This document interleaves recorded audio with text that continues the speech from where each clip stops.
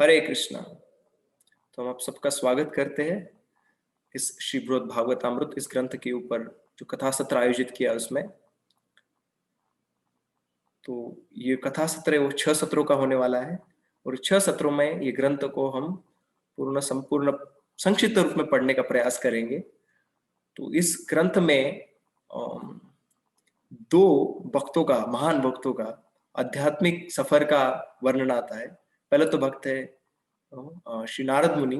तो वह ढूंढ रहे हैं कि भगवान का सर्वोच्च कृपा प्राप्त भक्त कौन है। और इस सफर में उनको अलग अलग लेवल के भक्तों के बारे में पता चलता है। और अल्टीमेटली वह भगवान के सर्वश्रेष्ठ भक्त कौन है? गोपियां। तो उनके बारे में उनका गुणानुवर्णन यहाँ पे होगा। तो हम जब डायरेक्टली गोपियों के बारे में समझते हैं या सुनने का प्रयास करते हैं तो काफी बार वो बड़ा कंफ्यूजिंग रह सकता है हमारे लिए। It might be disturbing, it might be confusing, हम समझ नहीं पाएंगे। उनका जो विशुद्ध प्रेम है, हम वो भौतिक जगत में रहने की वजह से हम वो काम भावना के रूप में भी देख सकते हैं। पर उस ग्रंथ के द्वारा धीरे धीरे एक स्टेप क्लास स्टेप ऐसे करते करते हम जब अलग अलग लेवल के भक्तों को समझते हैं, सब शुद्ध भक्त है इसमें, परंतु और परफेक्ट, उससे और परफेक्ट, उससे और परफेक्ट, ऐसे उनका परफेक्शन का लेवल बढ़ते जाता है। तब हम इस तरह से जो ब्रज का प्रेम है वहां तक पहुंचेंगे और गोपियों का प्रेम समझने के प्रयास करेंगे। तब हमको और अच्छे से उजागर होगा कि उसकी महत्व क्या है। तो नारद मुनि के सफर के द्वारा प्राप्त होता है। और गोप कुमार भी यहाँ पे उनका भी सफर हमको इस कथा में देखने को मिलता है जो दूसरे भाग में आएगा। तो इन दोनों भक्तों के सफर के द्वारा हमें सर्वश्रेष्ठ गंतव्य स्थान क्या है और कृष्ण का सर्वश्रेष्ठ भक्ति कैसे किया जाता है, इसका जानकारी हमें मिलता है। तो ये जो ग्रंथ है ये श्री सनातन गोस्वामी पाद जो चैतन्य महाप्रभु के शिष्य थे और बहुत महान भक्त है हमारे परंपरा के, उन्होंने लिखा है। तो पहले तो ये नवाब हुसैन शाह के गवर्नमेंट में बहुत हाई पोजीशन पे थे।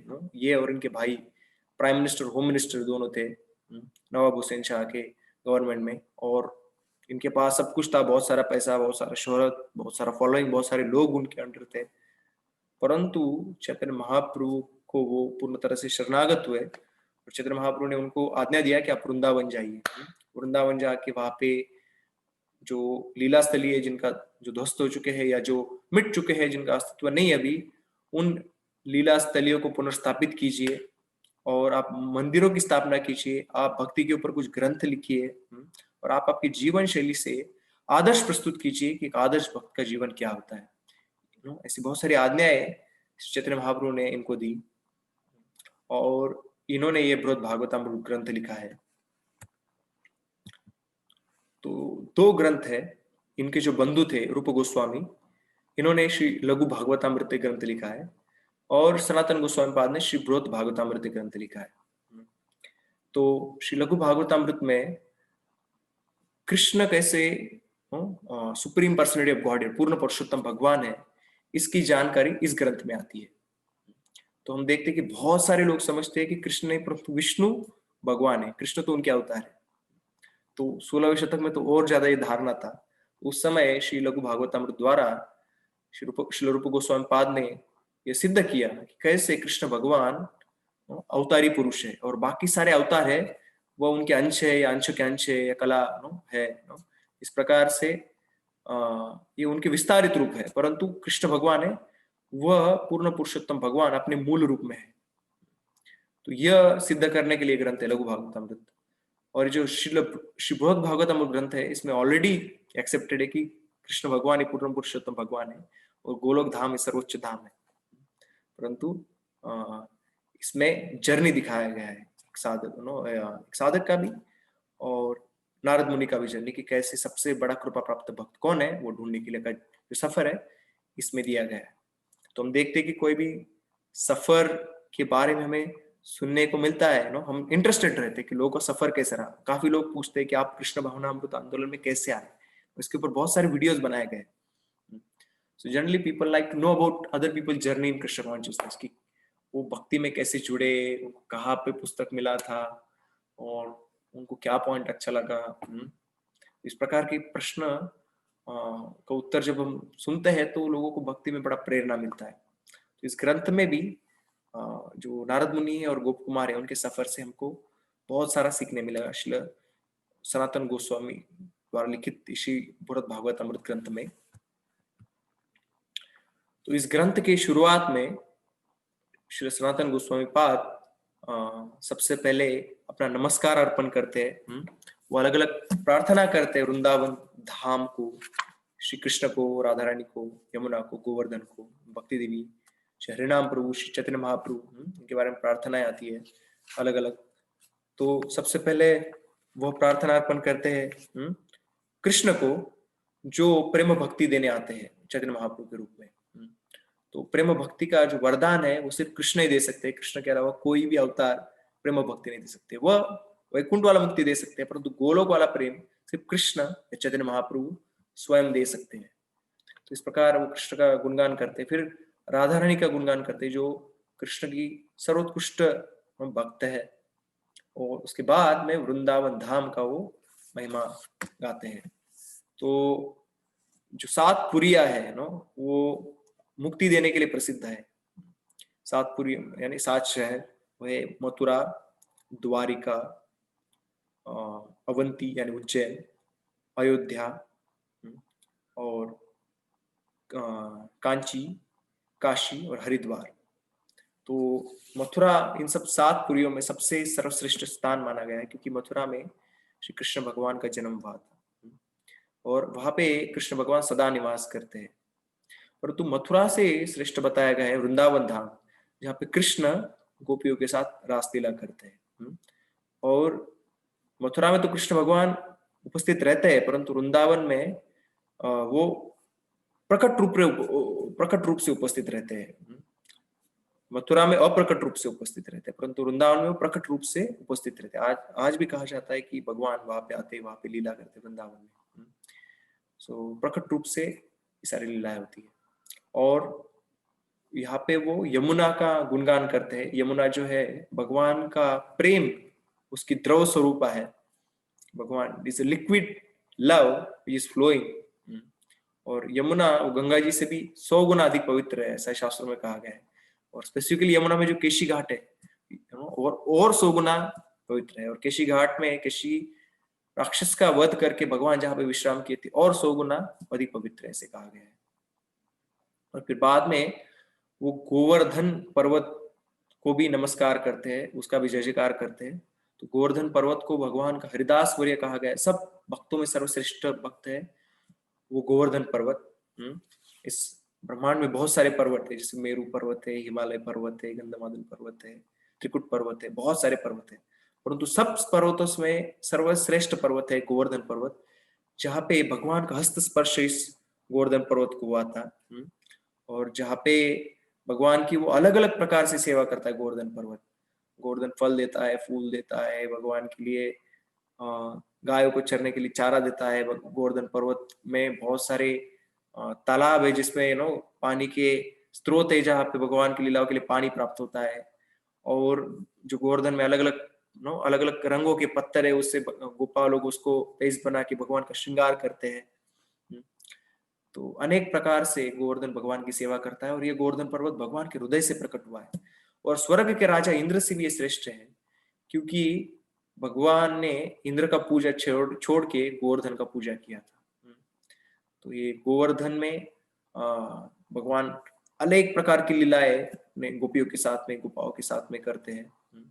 इसलिए गोवर्धन पर्वत बहुत श्रेष्ठ है। तो यहाँ पे उसका महिमा वर्णन सनातन गोस्वामी पाद किया है। फिर वो भक्ति देवी की जय कहते हैं कि भक्ति देवी की शरण मुक्ति भी प्राप्त करती है, क्योंकि साधना भक्ति करके भी कोई भगवत धाम जा सकता है और बहुत आसानी से जा सकता है, परंतु मुक्ति प्राप्त करना बड़ा मुश्किल है। इसलिए भक्ति देवी का महिमा वर्णन यहाँ पे किया गया है। फिर हरिनाम का महिमा वर्णन किया गया है। तो हरिनाम है वह सबसे आसान तरीका है भगवान को जुड़ने का। को प्रवचन सुनना है तो हमको कोई वक्ता को ढूंढना पड़ेगा जो हमको अच्छे से बता सकता है। हमको भगवान का अर्चना करना है तो उसके लिए बहुत सारे आइटम लाने पड़ेंगे, पैराफर्नालिया, आरती, धूप, दीप, शुद्धता चाहिए, टाइमलीनेस चाहिए, तो भी मुश्किल है। परंतु कलयुग के सब जीवात्माओं का उद्धार करने के लिए भगवान हरिनाम के रूप में प्रकट हुए। तो ये हरिनाम का वर्णन भी, वो यहाँ हरिनाम का महिमा वर्णन यहाँ पे आता है। और श्री चैतन्य महाप्रभु की स्तुति श्रील सनातन गोस्वामी पाद करते शुरुआत में। श्री चैतन्य महाप्रभु कौन है? राधा कृष्ण नहीं अन्य, श्री कृष्ण चैतन्य राधा कृष्ण नहीं अन्य। वो राधा और कृष्ण से अभिन्न है, वो कृष्ण है, राधा रानी का भाव लेके जो आए हैं, वो श्री चैतन्य महाप्रभु है। और किस लिए आए हैं? अनर्पितुम चरिम चराट करुणा अवतीर्ण कलो। कलयुग में वो अभी तक किसी को प्रदान नहीं किया, वो प्रदान करने के लिए गोलोक का जो शुद्ध प्रेम है, जो राग भाव का जो प्रेम है, वह प्रेम प्रदान करने के लिए यहाँ पे श्री चैतन्य महाप्रभु अवतरित हुए हैं। तो उनका भी गुणगान करते हैं श्री सनातन गोस्वामी पाद।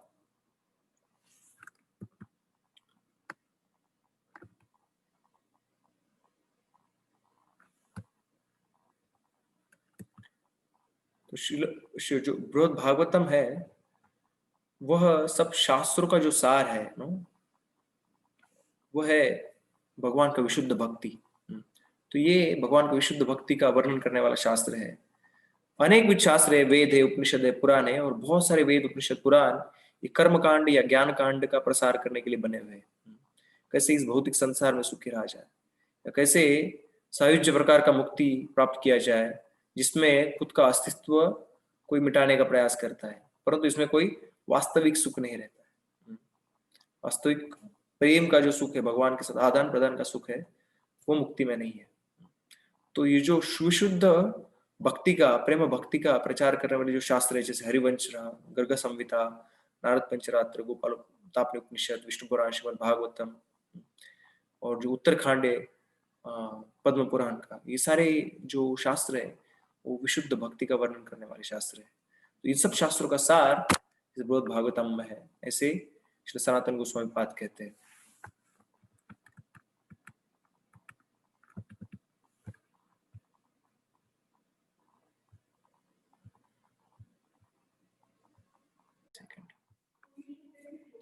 तो ये जो बृहद भागवतम जो ग्रंथ है वो ये सब शास्त्रों से इसमें उदाहरण लिए गए। हरिवंश, गर्ग संहिता, नारद पंचरात्र, श्रीमद् भागवतम, विष्णु पुराण, गोपाल तापनिषद, और इससे उदाहरण इसलिए आते हैं इसमें, इसलिए ये बोनाफाइड ऑथराइज ग्रंथ है। ये उनका मन का ऐसा नहीं कि ये कोई कादम्बरी लिखा है, कल्पना करके ऐसे कल्पना विलास वाला ग्रंथ लिखा है।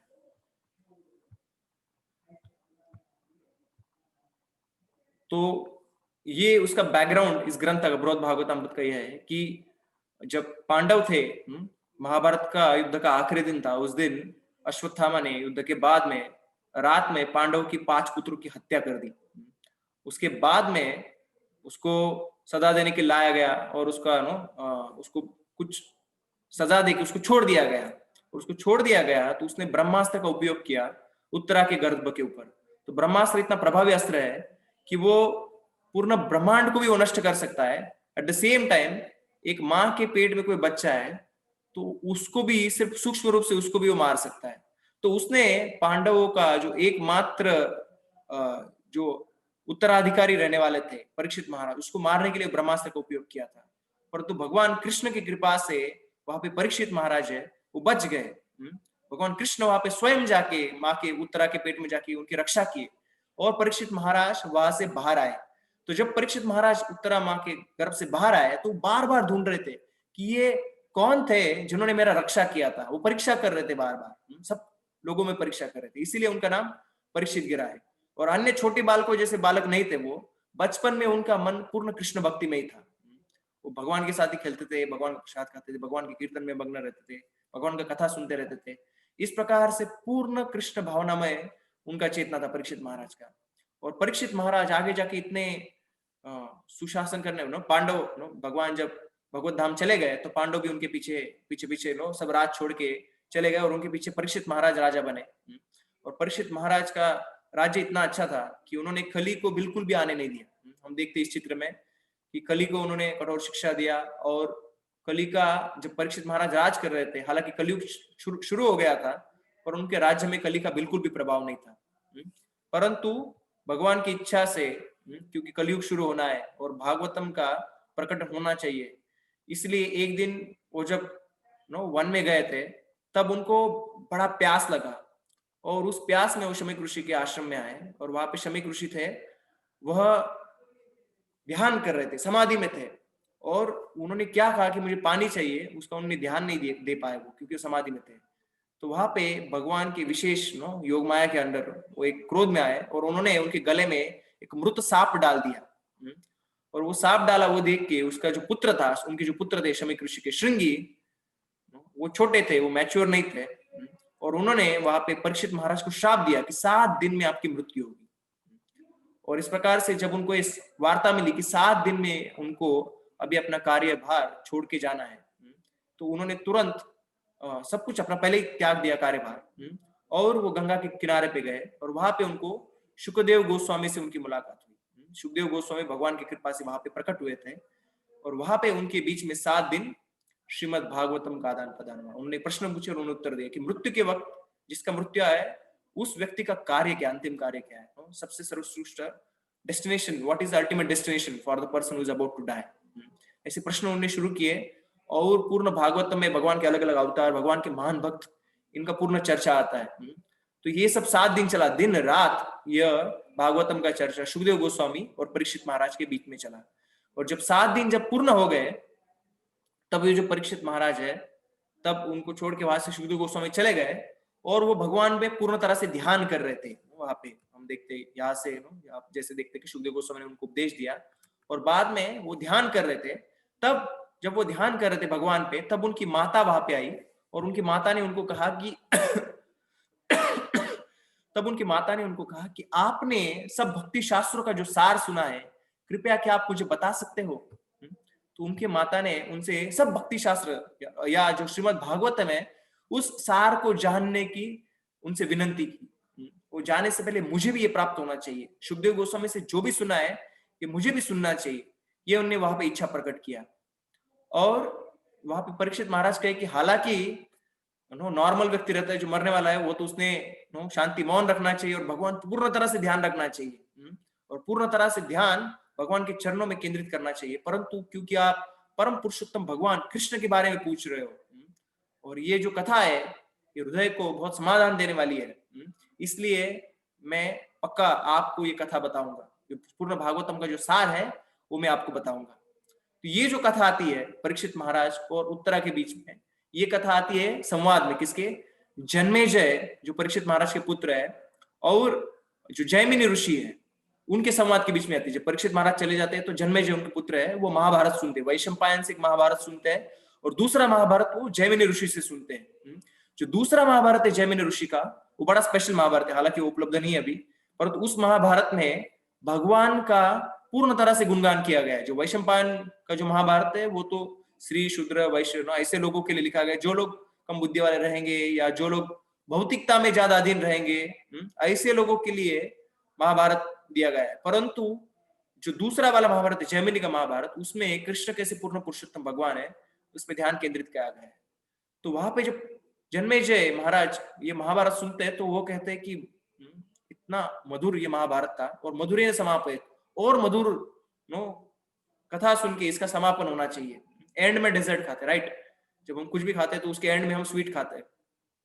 तो वैसे उन्होंने कहा कि ये जो महाभारत का समापन जो है वो और अच्छे और कुछ कथा बताइए भगवान का, मधुरे न समापय। तब उन्होंने वहां पे कथा किया बृहद भागवतामृत का।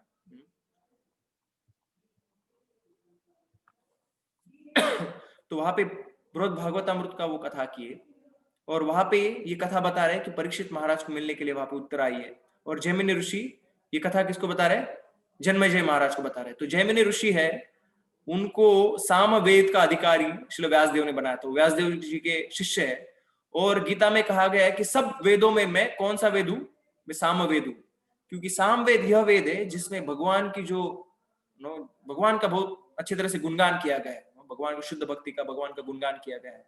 तो सामवेद के अधिकारी जैमिनी ऋषि और उन जैमिनी के द्वारा अभी ये बृहद भागवतामृत का कथन यहाँ पे जन्मेजय ऋषि को हो रहा है। और वो क्या बता रहे हैं, वो बता रहे कैसे उत्तरा देवी को परीक्षित महाराज ने कथा बताया। तो परीक्षित महाराज पुत्र थे उत्तरा देवी के और उनने उत्तरा देवी को जो पूर्ण भागवतम का जो सार है वो, क्योंकि टाइम बहुत कम था, 7 दिन खत्म होने आए हैं, पूर्ण भागवतम हो चुका है और वो भगवत धाम प्रयाण करने से पहले ये बताना चाहते हैं। तो सब शास्त्रों का सार को निचोड़ के यह शास्त्र बताया गया है, इसलिए इसमें बहुत आनंद है क्योंकि सब शास्त्रों का निचोड़ इस ग्रंथ में है। तो ग्रंथ की शुरुआत होती है नारद मुनि की खोज के द्वारा। तो नारद मुनि खोज रहे कि सबसे बड़ा कृपा किसको मिला है, कौन है सबसे बड़ा भगवान का कृपा का अधिकारी।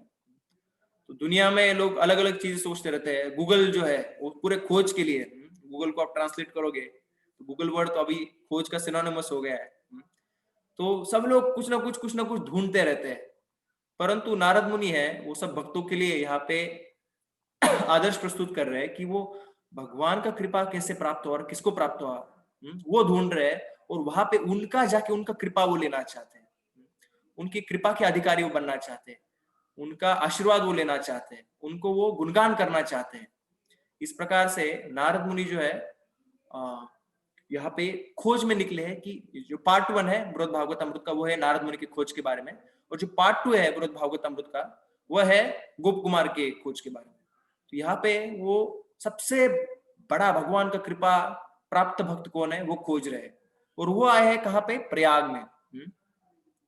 तो जब प्रयाग में आए हैं वहां पे एक ब्राह्मण, वहां पे बहुत सारे ब्राह्मण है, वहां पे माघ का महीना है और सब ब्राह्मण गंगा यमुना के संगम में वहां पे स्नान करते हैं और भगवान का दिव्य कीर्तन कर रहे हैं। तो ऐसे कहा जाता है कि माघ महीने में सुबह कोई उठ के नहाता है तो मेरा बड़ा प्रिय रहता है। जनवरी फरवरी में माघ महीना आता है तो भगवान का बड़ा प्रिय रहता है। तो इस माघ महीने में अभी यहाँ पे सब ब्राह्मण वहां पे गंगा में यमुना के संगम में नहा रहे हैं और वहां पे भजन कीर्तन कर रहे हैं, और वहां पे एक ब्राह्मण आता है जो बड़ा धनी लगता है, अपने परिवार के साथ आता है और सुंदर वहां पे तंबू लगाता है, वो भगवान के लिए वेदी बनाता है। उस वेदी पे उनके जो परम आराध्य भगवान है उस ब्राह्मण के, शालिग्राम जी, उनकी स्थापना करते हैं और बड़ी प्रेम से पुष्प हुआ, धूप हुआ, दीप रहा, जो गंध रहा, ऐसे अलग अलग आर्टिकल से वो भगवान का आराधना करते, भगवान का अर्चना करते हैं। और वो भगवान के अर्चना के बाद अकेले वो कीर्तन करके बड़ा नृत्य करते, नाचते हैं, भगवान के दिव्य प्रेम में मग्न रहते हैं। और उसके बाद में वो सब ब्राह्मणों को वहां पे सब ब्राह्मणों को, सब सन्यासियों को वहां पे प्रसाद खिलाते भगवान का। उसके बाद सब ब्रह्मचारी गृहस्थों को प्रसाद खिलाते। उसके बाद में सब वहां पे सबसे निचले से निचले चांडालों को भी वहां पे प्रसाद खिलाते वो और इस प्रकार से सबको प्रसाद खिलाने के बाद जो वहां पे कुत्ते, बिल्ली, भेड़िए, ऐसे प्राणी जो कीड़े हैं, मकोड़े, ऐसे सब प्राणियों को प्रसाद खिलाने के बाद वहां पे उपस्थित व्यक्ति कहते हैं कि ब्राह्मण देव आप भी प्रसाद ग्रहण कीजिए। तो वहां पे वो प्रसाद ग्रहण करने के लिए बैठते हैं और अपने परिवार के साथ बड़े आनंद में प्रसाद लेते हैं। और इस प्रकार से वो जब समापन होता है तब नारद मुनि इतने खुश होते हैं कि देखो मैंने एक ब्राह्मण देखा है, कितना बड़ा भगवान का कृपा है इस ब्राह्मण के ऊपर। इस ब्राह्मण के जीवन में धन है, उसके आभूषणों को देख के, उसका उदारता को, उसके जैसे वो पालकी में बैठ के आए थे और अपने परिवार के कपड़े देख के ये प्रतीत हो रहा था कि उनका जो परिवार है बड़ा धनी परिवार है। और वो धनी परिवार होते हुए भी, हालांकि कुंती महारानी ने शास्त्रों में, भागवतम में कहा गया है कि जिसके पास भी धन ऐश्वर्य श्रुति शिविर रहता है वो क्या होता है, उसका अधपतन हो जाता है भक्ति में। परंतु ये जो ब्राह्मण है वो धनिक होते हुए भी सब धन उसने भगवान की सेवा में अर्पण किया है। यह देख के नारद मुनि गदगद हो जाते हैं और वो कहते हैं कि आपसे बड़ा भक्त मैंने कभी नहीं देखा, आप भगवान के सबसे बड़े भक्त हो। इस प्रकार से नारद मुनि उनको कहते हैं और उनको वहां पे नाचने लगते, गाने लगते उनके बाजू में, और कहते कि आज मुझे भगवान का इतना सुंदर भक्त यहाँ पे मिला है। तो वहां पे वो तुरंत नारद मुनि को देख के तो आनंदी हो जाते हैं, परंतु ये सुन के कि भगवान के सब सर्वोच्च कृपा प्राप्त भक्त है वो सुन के वो थोड़ा सा डिस्टर्ब हो जाता है। अरे क्या नारद मुनि मुझे बोल रहे मैं सर्वोच्च कृपा प्राप्त भक्त, मैं नहीं हूं वो। तो हमको कोई बोलता है कि हम भगवान के बहुत अच्छे भक्त, हमको बहुत अच्छा लगता है। अरे वाह, जान लिया, आज तो ये पहचान गया कि मेरा भक्ति कितना अच्छा है, मैं सेवा कितना अच्छा करती हूँ, और मैं भगवान के लिए प्रसाद कितना अच्छा बनाती हूँ, या मैं भगवान के लिए कितना अच्छा डोनेशन लेके आता हूँ, या भगवान के लिए मैं कितना प्रचार कर रहा हूँ, कितना गीता वितरण किया। ऐसे कोई बोल दिया तो हमको बड़ा आनंद होता है और हम भी मानते हैं कि हाँ बराबर है। परंतु बृहद भागवतामृत में हम देखते हैं कि बार बार अनेक अनेक भक्त आते हैं और हर एक भक्त कहता है कि मैं नहीं, और वो जो भक्त है वो मेरे से भी श्रेष्ठ भक्त है, उसको भगवान का और ज्यादा कृपा प्राप्त हुआ है, उसका आप आशीर्वाद लीजिए। तो यहाँ पे यह स्पर्धा है भक्तों के बीच में कि कौन कैसे किसी को और ज्यादा ग्लोरीफाई करता है। तो कुछ कुछ लोग सिर्फ बाहरी दृष्टिकोण से प्रशंसा करते हैं, उनका आंतरिक उनको कोई स्तुति नहीं रहता है, उनके मन में कोई उसके प्रति गौरव नहीं रहता है। बाहर से कोई गौरव के शब्द कहते हैं, परंतु हम देखते हैं कि यहाँ पे जो भक्त है वो अपने हृदय से दूसरों भक्तों का गुणगान करते हैं, वो चाहते हैं कि दूसरों भक्तों का जय जयकार हो।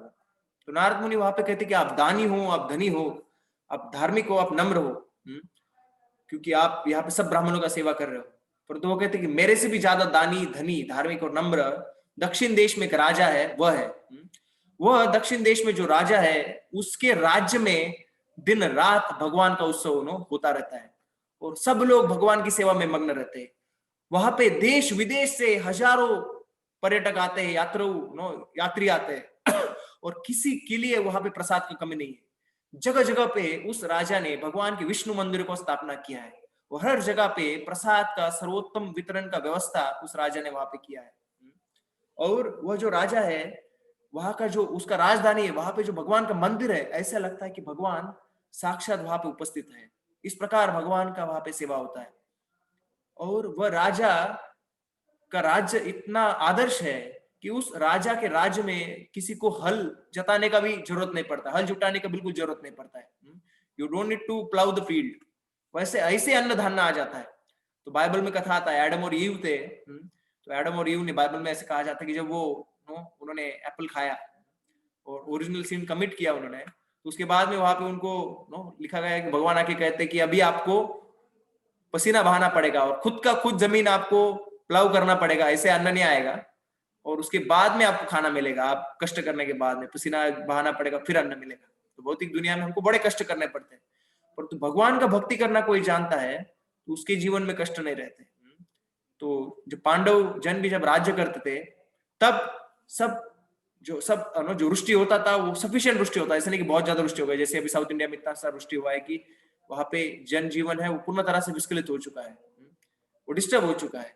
परंतु जब सुशासन होता है, जो भगवान के भक्त होते हैं, राजा और सब प्रजा, तब जब जो वृष्टि होता है वो एकदम बराबर मात्रा में होता है, वो रात के समय होता है, जिससे किसी को भी उससे कोई बाधा नहीं आता है और सब जगह पे फला फूला हुआ रहता है। जो वृक्ष रहते हैं वो सफिशिएंट क्वांटिटी में वो फल फूल देते हैं और जो जमीन है उसमें से और हीरे मोती ऐसे बहुमूल्य जो रत्न है, आभूषण है, वो प्राप्त होते हैं।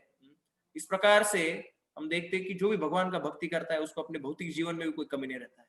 तो दक्षिण देश में जो राजा है वो सबसे महान है।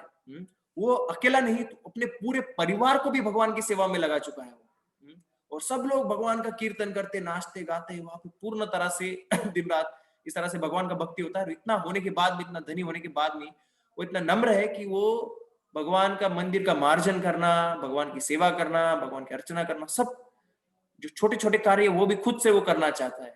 इतना वो राजा नम्र है। तो जब वो नारद मुनि जब वो सुनते हैं तो बड़े आनंद में आते हैं और उनको मिलने के लिए वो तुरंत दक्षिण देश के राजा के पास जाते हैं। तो नारद मुनि है, यहाँ पे हम देखेंगे कि नारद मुनि है वो उनको भगवान का आशीर्वाद मिला एक स्पेशल, कि वो तुरंत सोच के एक जगह से दूसरी जगह पे जा सकते हैं, मन की गति से जा सकते हैं। मैं यहाँ पे हूँ, मैंने भी स्वर्गलोक के बारे में स्वर्गलोक पहुंच गया, वैकुंठ लोक के बारे में पहुंचा, सुना सोचा वैकुंठ लोक पहुंच गया। ऐसा नारद मुनि है कि वो जिस चीज के बारे में सुनते हैं तुरंत, जिस स्थान के बारे में सोचते हैं वहां पे तुरंत वो पहुंच सकते हैं। तो नारद मुनि भी दक्षिण भारत में पहुंचते हैं और वहां पे राजा को कहते हैं कि आप राजा कितने महान हो, आपके जो मूर्ति है वो साक्षात भगवान खड़े ऐसे लगता है, और दिन रात आपकी उनकी सेवा करते हो, हजारों पर्यटकों लोगों को आप खाना खिलाते हो और आपकी प्रजा आपको पिता के समान मानती है। यहाँ पे कोई भी कमी नहीं है और भगवान का गुणगान इतना अच्छा होता है। तो आपसे you are best among all the devotees of the lord, ऐसे वहां पे कौन कहते हैं? नारद मुनि उनको कहते हैं। तो जैसे नारद मुनि उनको कहते हैं कि आप सबसे सर्वश्रेष्ठ राजा हो, तो वहां का जो राजा है वो कहता है कि अरे मैं नहीं हूं सबसे सर्वश्रेष्ठ, मैं जो हूं, ये जो मेरा देह है भौतिक तत्वों से बना है, मुझे यहाँ पे भूख लगता है, मुझे प्यास लगता है, मुझे कार्य करना पड़ता है। ये भौतिक देह है, बूढ़ा होता है, इसमें अलग प्रकार की व्याधियां होती है। तो इस देह से भला मैं भगवान की सेवा कैसे अच्छी तरह से कर सकता हूँ? और मेरा जीवन काल भी इतना अल्प है, ये सब बुढ़ापा, ये सारी चीजें, तो भगवान की सेवा जैसे प्रहलाद महाराज कहते हैं कि छोटा बच्चा रहता है, उसका 20 साल तो बचपन में चले जाते हैं, उसको कुछ समझता नहीं है, और खेल कूद में भी उसके समय चला जाता है, तो 20 साल ऐसे चले जाते हैं।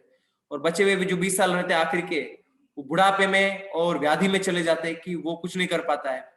और बचा हुआ बीच में का कुछ समय है, आयु है, वो आधा आयु तो सोने में चला जाता है। रात में लोग इतना सोते हैं और इंद्रिय तृप्ति में इतना समय बिताते हैं, और धन अर्जन करने के लिए इतना समय जाता है, तो हाथ में कितना कम समय रहता है। तो धरातल पे इतना सारे कठोर कार्य करना पड़ता है, तब कुछ पेट भरता है। तो ये धरातल का यहाँ पे प्रॉब्लम है। परंतु वह कहते हैं कि वहां पे स्वर्गलोक में आप जाइए, वहां पे राजा इंद्र है, वो सब देवों की भी देव है इंद्र, और वहां पे सब देवता है, वहां पे चंद्रदेव है, अग्निदेव है, वायुदेव है, और वह सब देवता और बाकी जो देव के गण है, उनको भौतिक शरीर के जो भी लिमिटेशंस है, जैसे व्याधि रहा, बुढ़ापा रहा, उनका उसको कोई प्रॉब्लम नहीं है, वहां पे वो समस्या नहीं है। और सोमपान करके, सोम एक डिवाइन ट्रांसेंडेंटल बेवरेज है, अल्कोहलिक नहीं है वो, तो दिव्य वो मदिरा है एक प्रकार की, तो वह लेके जो देवतागण है और ज्यादा रिजुनेटेड हो जाते हैं, और ज्यादा वो खुद को शक्तिशाली महसूस करते हैं, और उनकी जीवन में और फुर्ती आता है, तो उसका ग्रहण करते हैं वो, और इस प्रकार से वह वहां पे रहते हैं। और वहां पे भगवान के भ्राता के रूप में साक्षात, वहां पे इंद्रदेव के भ्राता के रूप में साक्षात भगवान वामन देव वहां पे मौजूद है। वामन देव वहां पे रहते हैं, और वामन देव को वहां पे सब देवता है वो उनका गुणगान करते हैं, इंद्र है उनकी पूजा करते हैं।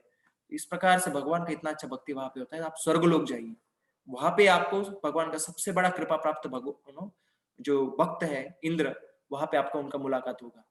तो वहां पे वो सुन के जो गोप कुमार सॉरी जो नारद मुनि है, वो स्वर्गलोक जाते हैं। तो ये जो मूर्ति है वो जो राजा है, मूर्ति की सेवा कितना अच्छा करता है वो दिखाने के लिए मूर्ति की वहां पे हम देखते हैं। हमारे इस्कॉन के मंदिर में भी प्रभुपाद की कृपा से बहुत सुंदर मूर्ति का पूजा होता है, बहुत सुंदर मूर्ति का श्रृंगार होता है, डेली 6 आरती होता है, 6 बार ऑफरिंग लगता है। तो घर में कोई भी मूर्ति रहो तो उनका इस तरह से, ऑफकोर्स हम लोग मंदिर का स्टैंडर्ड नहीं फॉलो कर सकते घर पे जो अर्च विग्रह रहते हैं, परंतु हमको साक्षात भगवान यहाँ पे मौजूद है, यह समझ के वहां पे उनका सेवा करना चाहिए। और पूर्ण हमारे वृंदावन प्रभु है, वृंदावन प्रभु जी, वो कहते हैं कि ऐसे मूर्ति लाया तो भगवान की, आपके घर में भगवान का मूर्ति आता है तो आपको बहुत सीरियसली उनका भक्ति करना चाहिए। ऐसे नहीं कि घर में ला के रखा और आपका ध्यान भी नहीं है, आप टाइमलीनेस फॉलो नहीं करते हो, आप प्रॉपरली ऑफरिंग नहीं लगाते हो टाइम टाइम पे, आप फेस्टिवल सेलिब्रेट नहीं करते हो, ऐसा नहीं। आपको बहुत अच्छा सेवा करना है। तो उस राजा के वहां पे इस प्रकार का भक्ति हो रहा था, इसलिए वहां पे नारद मुनि उनका गुणगान करते हैं। तो वहां पे इंद्र है, वहां पे वो राजा कहते हैं कि वो सब देवों को पति है, वहां पे सब देवता है, वो उनके बाकी जो देवता उनके अधीन है, और वामन देव उनके भ्राता है। वामन देव जो साक्षात भगवान है, उनके बंधु है, और उनकी काया है वो दिव्य है, वो कभी बूढ़े नहीं होते, उनको कोई बीमारी नहीं आता है, और वो सत्व प्रधानता है वहां पे। सब देवता लोग है, वो लोग सत्व गुण में है, वो एक दूसरे से कॉपरेट करते हैं। एक बार जो देव और दानव है उनमें श्रेष्ठ कौन है ये देखने का स्पर्धा लगा था। तो दानव जो है उनको, और देव है उनके सबके हाथ को एक लकड़ी बांधा गया, और उनको कहा गया कि प्रसाद दीजिए। तो दानव वो हाथ ऐसे हवा में फेंक रहे थे और खाने का प्रयास कर रहे थे, वो तो सब जगह पे अन्न गिर रहा था। परंतु देवता है, क्योंकि वो सत्वगुण में है और वो एक दूसरे से सहकार्य करते हैं, तो एक देवता दूसरों को खिला रहे थे और दूसरे देवता उनको खिला रहे थे। इस प्रकार से उन्हें दिखाया कि कैसे वो एक दूसरे से सहकार्य करते हैं। तो जो सत्वगुण है उसका प्रधानता हम देखते हैं कि देवलोक में होता है। तो और इस प्रकार से इंद्र जो है पूर्ण देवलोक पे वो अधिपत्य करते हैं।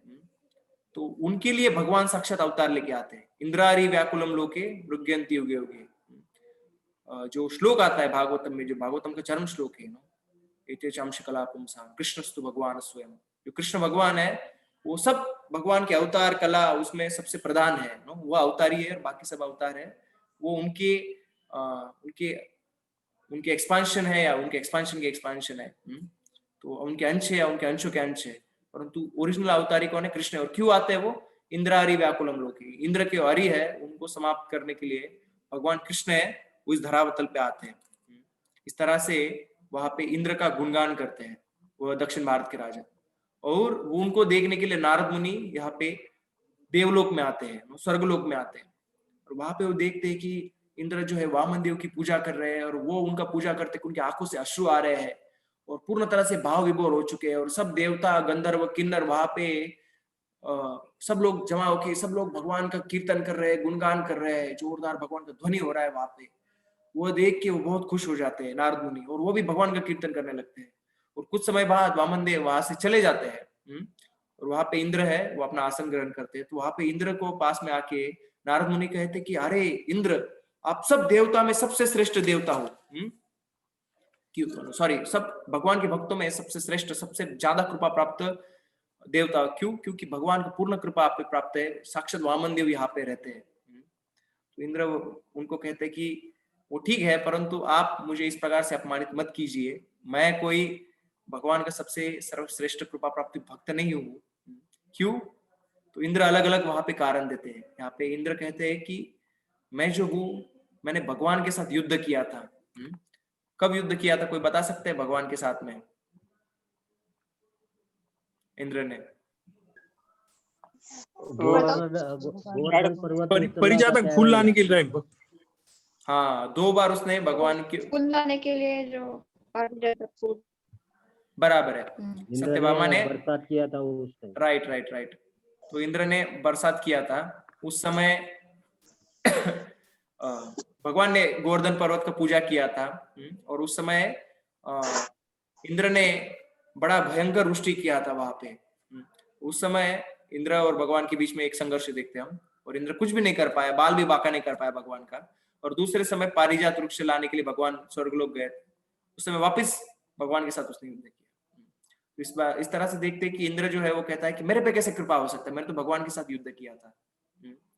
और वह कहता है कि ये जो वामन देव यहाँ पे रहते हैं, वो ऐसे नहीं कि सदा यहाँ पे रहते हैं, वो कहा कभी कभी यहाँ पे दिखते हैं और कभी कभी गायब हो जाते हैं, पूर्ण समय उनका दर्शन हमें मिलता नहीं है। ऐसा नहीं कि हमारे समय साथ पूर्ण समय यहाँ पे रहते वामन देव। और वहां पे इंद्र है, वो कहते कि वृत्रासुर जो है वो भगवान का इतना बड़ा भक्त है, और भगवान ने मेरे को भेजा उसको मारने के लिए, तो इस तरह से मेरे हाथ से पाप हो गया, और देवताओं को भी पाप लगता है। और वो कहते कि देव लोक में भी ईर्ष्या है और झगड़ा होता है, ऐसा नहीं कि सिर्फ पृथ्वी पे होता है, देवलोक में भी बहुत ईर्ष्या होता है एक दूसरे से, और वहां पे उनमें कभी कभी युद्ध होता है, और बहुत बार देवताओं को अपना स्थान छोड़ के भागना पड़ता है। इस तरह से उन्होंने कहा, और उन्होंने कहा कि वामन देव जो आए थे, उन्होंने, मैं तो एक राजा हूं और उन्होंने युद्ध करके बलि महाराज से मेरा राज्य लेना चाहिए था, परंतु उन्हें युद्ध का मार्ग नहीं अपनाया। वामन देव ने छल कपट किया उनके साथ में, और उस छल के द्वारा उन्होंने वो राज्य लिया। तो मेरा जो शोहरत है उसका क्या होगा, कि इस तरह से राज्य मुझे प्राप्त करना पड़ा। और वह कहते हैं कि हम लोग कभी भी यहाँ पे मृत्यु हो सकता है, ये सदैव यहाँ पे डर रहता है। सीने पुण्य मर्त्य लोकम विशंति, गीता में कहा है कि जैसे ही पुण्य है वो खत्म हो जाते हैं तो स्वर्गलोक से पतन हो जाता है देवताओं का, और वहां पे भूतल पे आ जाते हैं। इस प्रकार से देवलोक में कोई भी वहां पे सेफ फील नहीं करता है, ये मृत्यु का भय वहां पे लगा रहता है कि कब मेरा टाइम खत्म हो जाएगा और मुझे वापस धरातल पे आना पड़ेगा। तो इस प्रकार वो कहते हैं कि अनेक प्रकार के वहां पे दोष है, तो इसलिए मैं भगवान का सर्वोत्तम कृपा प्राप्त भक्त नहीं हूँ। आप जाइए ब्रह्मलोक में, और जो ब्रह्मा जी है वो भगवान के सबसे कृपा प्राप्त भक्त है, क्योंकि जो ब्रह्मा जी है वहां पे उनके साथ में कॉन्स्टेंटली 24 आवर्स वहां पे भगवान महापुरुष, भगवान का 1000 सिर वाला जो रूप है महापुरुष रूप, वहां पे रहता है। तो कोई पूछेगा भगवान ब्रह्मा जी है वहां पे महापुरुष रूप रहता है, तो भगवान को जब बुलाना था ब्रह्मा जी को इस धरातल पे, तब ब्रह्मा जी श्वेतद्वीप पे क्यों गए थे? Why did Lord Brahma went to Shvetadvipa for praying? उनको तो उनका जो लोक है वहां से वो भगवान को भेज सकते थे, उनको प्रार्थना कर सकते। आपको पता है किसी को क्यों गए थे ब्रह्मा जी श्वेतद्वीप में?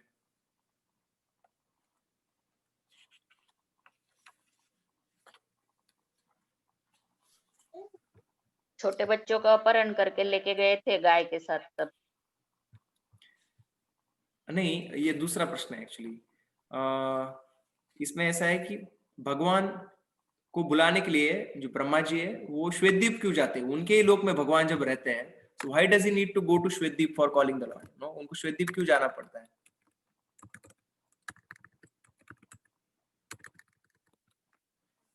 तो इसका उत्तर ये है कि वह नहीं चाहते कि उनके लोक में जो भगवान है वो पृथ्वी पे आए। वो चाहते कि आना है तो श्वेतद्वीप से आए भाई भगवान। ऐसे सनातन गोस्वामी इस टीका में कहते हैं। और वह कहते हैं कि यह भी कारण है क्योंकि वहां पे वो रेस्ट ले रहे भगवान। वहां पे रेस्ट लेते भगवान। दो ही कार्य करते ब्रह्मलोक में भगवान। एक तो है कि वो प्रसाद ग्रहण करते हैं, और दूसरा कार्य भगवान वहां पे करते हैं कि वहां पे वो निद्रा लेते हैं। तो जब भी वहां पे जैसे नारद मुनि गए, वहां पे उन्होंने देखा कि हजारों हजारों ब्राह्मण सबसे जटिल ऐसे प्रकार के यज्ञ वहां पे कर रहे थे। तो जो ब्रह्मलोक है वहां पे, यहाँ पे जो यज्ञ होता है, मैंने परसों एक लेक्चर में सुना कि अच्छा यज्ञ करने के लिए 400 प्रकार की सामग्री लगती है। अभी पृथ्वी तल पे प्योर चीजें कहाँ से मिलेगी इस 400 प्रकार की। तो ब्रह्मलोक में और कॉम्प्लेक्स जटिल ऐसे यज्ञ होते हैं। और वहां पे जो रुचियों का जो उच्चारण होता है, क्योंकि वहां पे साक्षात वेद के वेद पुरुष रहते हैं वहां पे, पर्सोनिफाइड वेदास वहां पे रहते हैं। तो वहां पे रुचियों का उच्चारण शुद्ध ही होता होगा डेफिनेटली, क्योंकि वहां पे साक्षात वेद पुरुष वहां पे रहते हैं। तो लंबे लंबे हजारों हजारों साल चलने वाले वहां पे यज्ञ चलते हैं। और वहां पे साक्षात भगवान जो यज्ञ क्या होती है वो स्वीकार करते हैं, महापुरुष के रूप में रहते हैं, वो सब स्वीकार करते हैं। और फिर बाद में लक्ष्मी देवी को कहते हैं कि चलो अभी रेस्ट लेंगे। तो लक्ष्मी देवी जाके उनको वहां पे चरण, उनको वहां पे मसाज करती है। तो वह लीला ब्रह्मलोक में होता है।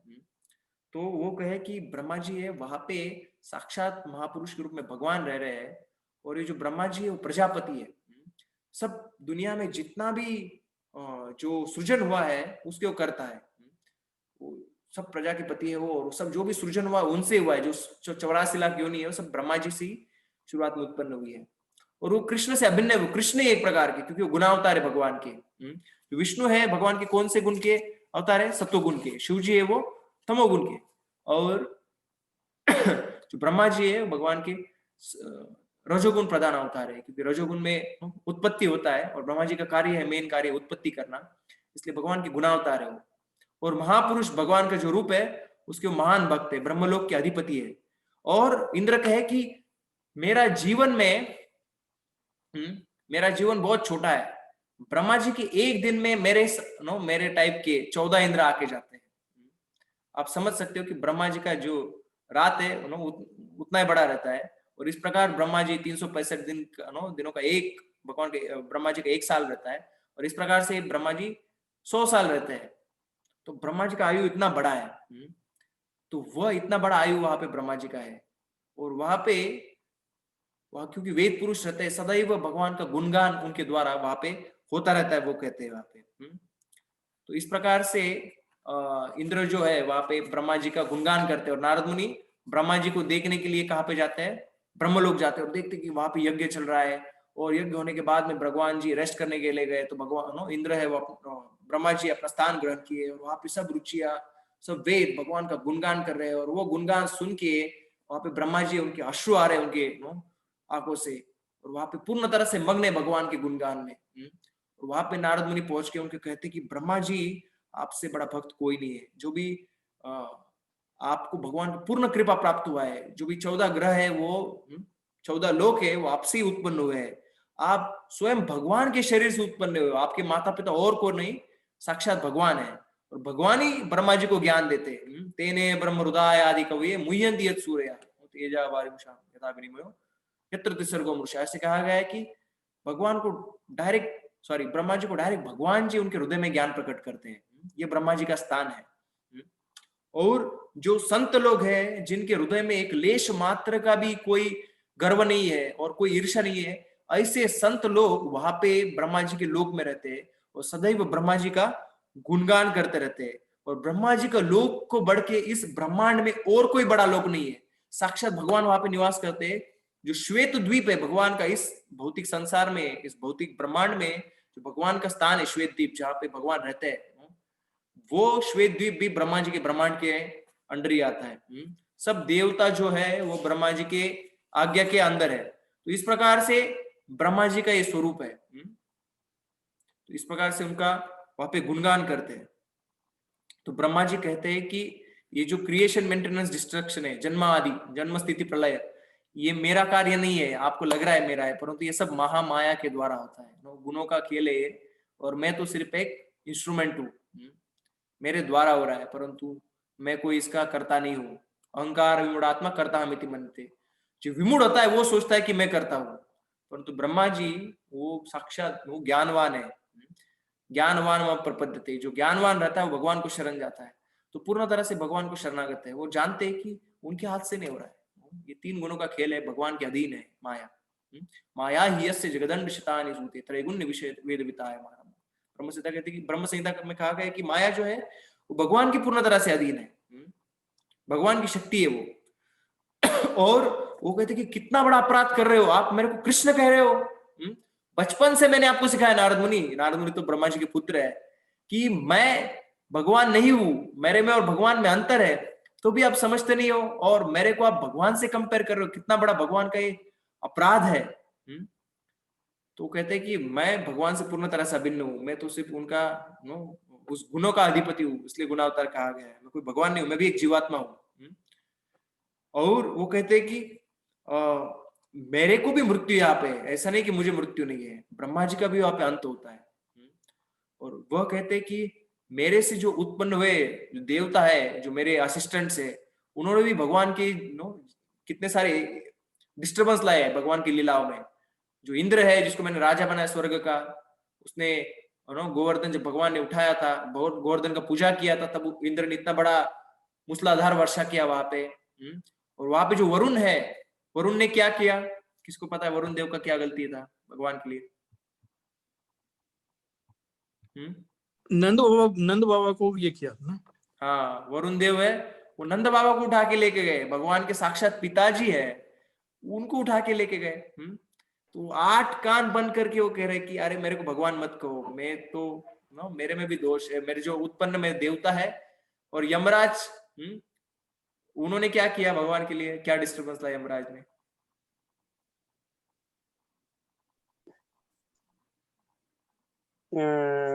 देवकी माता के 6 पुत्र। हाँ, इस प्रकार वो तो सूतल लोक में थे, एक्चुअली भगवान के जो गुरु थे सांदीपनि मुनि, उनके पुत्र यमलोक में थे, और भगवान के जो सूतल लोक में थे। तो इस प्रकार से भगवान के पुत्रों को अपने, भगवान के जो गुरु है उनके पुत्रों को अपने पास आ गए यमराज जी ने। और कुबेर है भगवान का जो ट्रेजरर है, खजिनदार, उसका भी एक बहुत बड़ा गलती क्या किया कुबेर जी ने? कुबेर को जो पुत्र है शंखचूड़ा, वो शंखचूड़ा ने वो सब गोपियों को उठा के लेके जाना चाहते थे। इस प्रकार से ये तो देवता लोग का ये सब करतूत हुआ, और मेरा करतूत तो देखो, मैं भगवान के जो परिकर है, जो गोपगण है और भगवान की जो गाय है, उनको लुटा के लेके आया मैं, भगवान की लीला समझ नहीं पाया, मेरे जो अधिपति है, मेरे जो मास्टर है, उनको नहीं समझ पाया मैं, और इतना बड़ा अपराध उनके चरणों में मैंने किया। तो यहाँ पे वह कह रहे हैं कि मैं महान नहीं हूं, मेरे में इतने सारे दोष है, और इस प्रकार से वो खुद की निंदा कर रहे हैं। तो ये हम बार बार देखने को मिलता है हमको बृहद भागवतम में, कि जो भी भक्त रहते हैं वो दूसरों के गुण देखते हैं और खुद के दोष देखते हैं। हम जो रहते हैं वो क्या देखते हैं, हम दूसरों के दोष देखते हैं और खुद के गुण देखते हैं कि मैं कितना महान हूँ। परंतु हम देखते हैं कि जो भगवान के जो भक्त है, महान भक्त, वो खुद के दोष देखते हैं। ब्रह्मा जी कह रहे हैं कि मैं हिरण्यकशिपु को वरदान दिया, और उसने भगवान के भक्त के जीवन में इतना सारा डिस्टर्बेंस लाया, इतना उसको उसने बाधा लाया, और भगवान इतना गुस्से में थे कि जब भगवान वहां पे प्रकट हुए थे, मेरे तरफ देखना भी नहीं चाहते थे, कोई देवताओं के सामने नहीं देखे। जब वहां पे प्रहलाद जाके उनको प्रार्थना किए और थोड़े से वो शांत हो गए, तब उनको लगा कि चलो मैं भगवान के सामने जाके भगवान का माफी मांग लो, भगवान का कृपा प्राप्त कर सकता हूँ। और भगवान के साथ कृपा प्राप्त करने के लिए गए भगवान के सामने, तो भगवान ने कहा ये क्या है ब्रह्मा जी, क्या करते हो आप, उठ पटांग आप लोगों को वरदान देते रहते हो, और इस वरदानों की वजह से कितना सारा, ये सब आसुरी लोग है, इतना सारा बाधा लाते हैं भक्तों के जीवन में।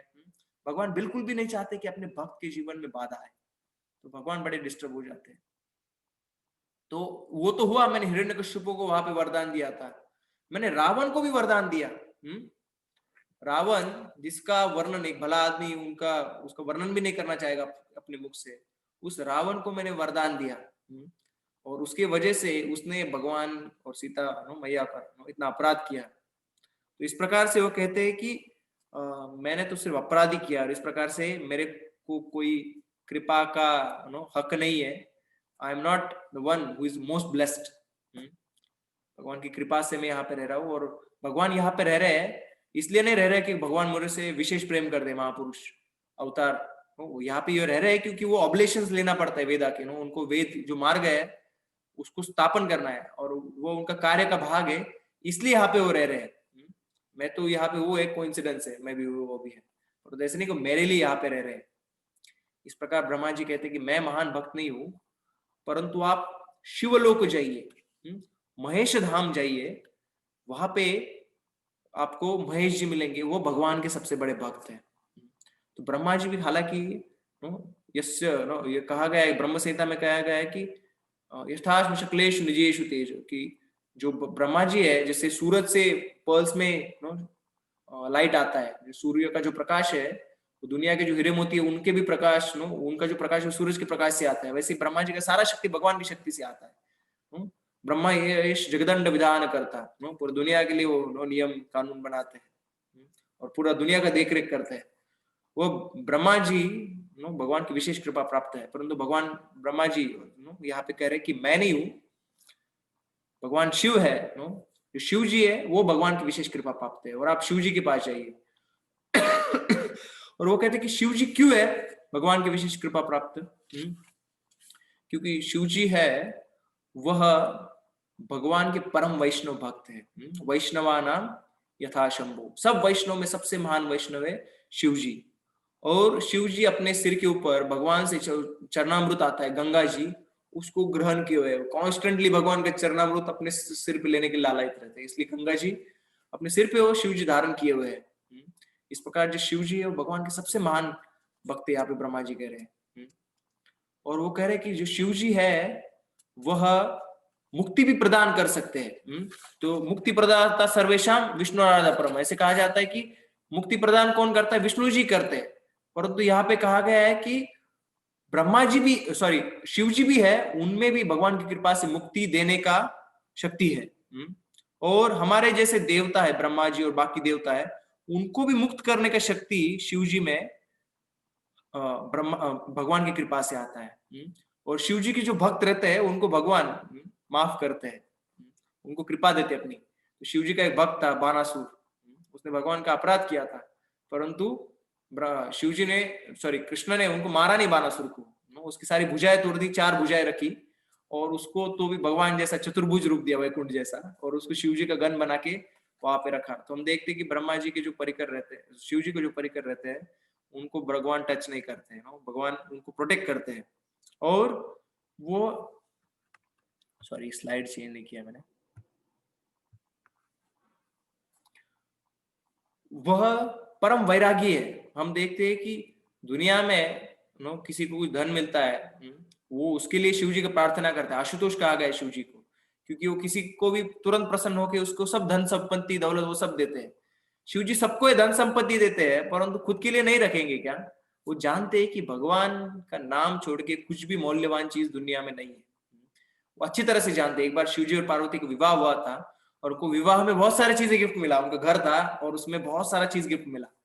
तो उनको इतने सारे गेस्ट आए तो सबको रिटर्न गिफ्ट दे रहे थे, और रिटर्न गिफ्ट देते देते अंत में एक व्यक्ति बचा, शिव जी ने अपना घर ही उनको दे दिया और वापस शिव जी फकीर बन गए। तो इस प्रकार जी शिव जी स्वयं वैरागी जीवन जीते हैं और पूर्ण तरह से भगवान के गुणगान में मत रहते हैं। और क्योंकि उन्होंने जो विष है वो ग्रहण किया था, भगवान ने उनका गुणगान करने के लिए उनको जो समुद्र मंथन की लीला में विष ग्रहण करने लगाया था, इसके लिए उनका नाम क्या बना है? नीलकंठ बना है। इस नाम से फेमस है और भगवान साक्षात उनका पूजा करते हैं। रामेश्वरम में राम भगवान देखते हैं, शिव जी का पूजा करते हैं। तो इस तरह से भगवान की भी शिव जी पूजनीय है और भगवान के गुणावतार तो है ही वो, भगवान से अभिन्न है वो। तो क्षीरम यदि दधि विकार विशेष योगात् सज्जायते नहीं तथा पृथगस्ति हेतु यशंभुतामपि तथा समुपैति कार्या गोविंदमादि पुरुषम तमहं भजामि। भगवान से अभिन्न एक प्रकार से, जैसे दूध से दही बनता है वैसे ही विष्णु से ही तो शिव जी बनते हैं। तो इस प्रकार शिव जी का इतना महान वो शिव जी इतने महान है, और इस प्रकार से शिव जी का गुणगान इतने अच्छे से उन्होंने किया कि भगवान अपने प्रति तो अपराध सह लेंगे, पर शिव जी के प्रति कभी अपराध नहीं सहन करेंगे। शिव जी इतने परम वैष्णव है, मुक्ति प्रदान करते हैं, वो नीलकंठ है, वैरागी है, भगवान की भी पूजनीय है। और आप उनको मिलने के लिए महेश धाम जाइए। परंतु महेश धाम ऐसा नहीं कि जो भौतिक दुनिया में महेश धाम है वहां पे जाओगे, तो भौतिक दुनिया में कुबेर का जो कैलाश पर्वत है वहां पे भी शिव जी रहते हैं, क्योंकि कुबेर ने भगवान शिव जी का पूजा किया था और उनको प्रसन्न करने के लिए शिव जी वहां पर रहते हैं। परंतु वो शिव जी की सिर्फ अंश मात्र है। एक्चुअल शिव जी को आपको मिलना है तो आपको जाना पड़ेगा महेश धाम में। देवी महेश धाम सुहरितेषु तेषु, ब्रह्म संहिता में आता है कि पहले तो आता है देवी धाम, उसके ऊपर है महेश धाम और फिर हरिधाम यानी वैकुंठ लोक। तो 7 लेयर है, जो ब्रह्मांड के जो 7 आवरण है उसको भेद के लांग के आगे जाके आपको महेश धाम आएगा। वहां पे शिव जी रहते हैं, वहां पे आप जाइए और वहां पे शिव जी का कृपा प्राप्त कीजिए। वो भगवान के सबसे बड़े कृपा प्राप्त भक्त है। उनसे बड़ा कृपा प्राप्त भक्त कोई नहीं शिव जी का, यहाँ पे ब्रह्मा जी वो कहते हैं। तो वो जब शिव जी के पास जाते हैं तो और देखते हैं कि वहां पे शिव जी भगवान का कीर्तन में पूर्ण तरह से दंग है, मत है, सब नाच रहे वहां पे, शिव जी डमरू बजा रहे हैं। सब जो उनके फॉलोअर्स है नंदी हुआ अलग अलग प्रकार के उनके फॉलोअर है बहुत सारे, जो वेताल रहा, भूत रहा, पिशाचगण रहा, वो सब लोग वाद्य बजा रहे हैं, सब लोग गा रहे हैं और भगवान का जोरदार कीर्तन हो रहा है। तो वो देख के नारद मुनि भी बहुत खुश हो जाते हैं और नारद मुनि भी अपना वीणा बजाने लगते हैं और वो भी हरे कृष्णा कृष्णा कृष्णा हरे हरे, हरे राम राम राम हरे हरे। इस प्रकार से भगवान के कीर्तन में वो भी मत्त हो जाते हैं। और शिव जी को इस तरह से गाते हुए देख के और नारद जी को इस तरह से शिव जी को गाते हुए देख के इतना आनंद होता है कि शिव जी उछल के कूदते उनके तरफ। और नारद मुनि तो शिव जी का चरण छूना चाहते हैं, परंतु शिव जी उनको गले मिलाते हैं और दोनों भी अश्रु बहा रहे हैं और एक दूसरे को नहला रहे हैं अपने अश्रु की धाराओं में। इस प्रकार से दोनों को वहां पे मिलन होता है और शिव जी का यहाँ पे गुणगान करना नारद मुनि चालू करते हैं कि शिव जी आप भगवान के सबसे महान कृपा प्राप्त भक्त हो, आप कितने महान हो, आप भगवान ही हो एक प्रकार से, और भगवान के गुणावतार हो, भगवान की गंगा है चरण कमलों से निकली हुई गंगा को आप धारण करते हो। और इस प्रकार से शिव जी का गुणगान करना, ये सब यहाँ पे दिया हुआ है। इस प्रकार से शिव जी का गुणगान करना नारद मुनि ने यहाँ पे प्रारंभ किया। तो जब शिव जी वो सुने तो शिव जी भी अपना कान बंद कर लिए। शिव जी कहे कि ये सब मैं नहीं सुनना चाहता हूं।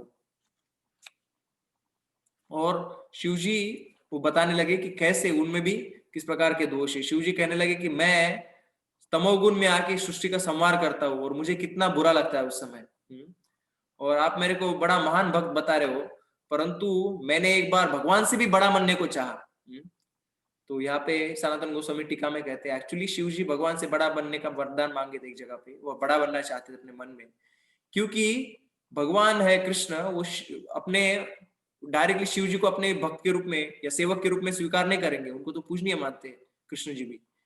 तब शिव जी ने सोचा कि भगवान कहते कि मत भक्ता पूजा वेदिका, मेरा जो भक्त है वो मेरी पूजा करता है, तो उसकी पूजा, उस भक्त की पूजा मेरे पूजा से भी ज्यादा बढ़ के है। तो शिव जी चाहते हैं कि मेरी पूजा बड़ी हुई, उसका मतलब है कि भगवान ने मेरे को भक्त के रूप में स्वीकार किया है। यह शिव जी का भाव है। परंतु शिव जी कहते हैं कि मैंने एक बार भगवान से भी बड़ा बनना चाहा। और आप मुक्ति की बात कर रहे हो कि मैं मुक्ति प्रदान कर सकता हूं, मैं और पार्वती, परंतु ये मुक्ति है, ये सबसे बड़ा हेडेक का कारण है। ये बिल्कुल हम नहीं चाहते हैं, क्योंकि जो भगवान के भक्त रहते हैं उनके लिए मुक्ति कैसे रहती है? कैवल्यम नरकायते। प्रभुदानंद सरस्वती ठाकुर कहते हैं कि जो कैवल्य है भगवान का साथ में सायुज्य मुक्ति प्राप्त करना, भगवान की दिव्य आभा में वहां पे घुल मिल जाना, वो मुक्ति है। वह बड़ी पीड़ा पीड़ा देती है भक्त के हृदय में कि अभी भगवान का संग नहीं रहेगा। उस प्रकार की मुक्ति में दे सकता हूँ। क्या फायदा है भक्त को इस प्रकार की मुक्ति से भागते हैं। यह कार्य मुझे दिया गया है, यह कार्य this is the blessing I got, this is the blessing I can give, वो कहते हैं। और मेरे से तो अहंकार उत्पन्न होता है। सृष्टि में सबसे बेस में है पूर्ण सृष्टि को उत्पन्न होता है, वो अहंकार से होता है। और जो शिव जी है वह अहंकार इस तत्व के अधिष्ठाता देवता है। तो वह कहते कि मेरे से तो अहंकार का शुरू होता है और मेरे वजह से पूर्ण दुनिया अहंकार में है, फॉल्स ईगो, और उसकी वजह से पूर्ण भौतिक संसार इस पर टिका हुआ है। और मेरे पे भगवान का इतना कृपा नहीं था, इसलिए मुझे कहा गया कि आप शंकराचार्य के रूप में प्रकट हो और आप मायावाद के ऊपर भाष्य लिखो। तो भगवान के विरुद्ध जाके भगवान पे मुझे मायावाद भाष्य लिखना पड़ा। तो ये क्या भगवान की कृपा है मेरे पे। और भगवान को मैंने कितने बार शिव जी ने भी, हम देखते कि शिव जी ने भी भगवान के साथ युद्ध किया था। कहाँ पे युद्ध किया था शिव जी ने भगवान के साथ में?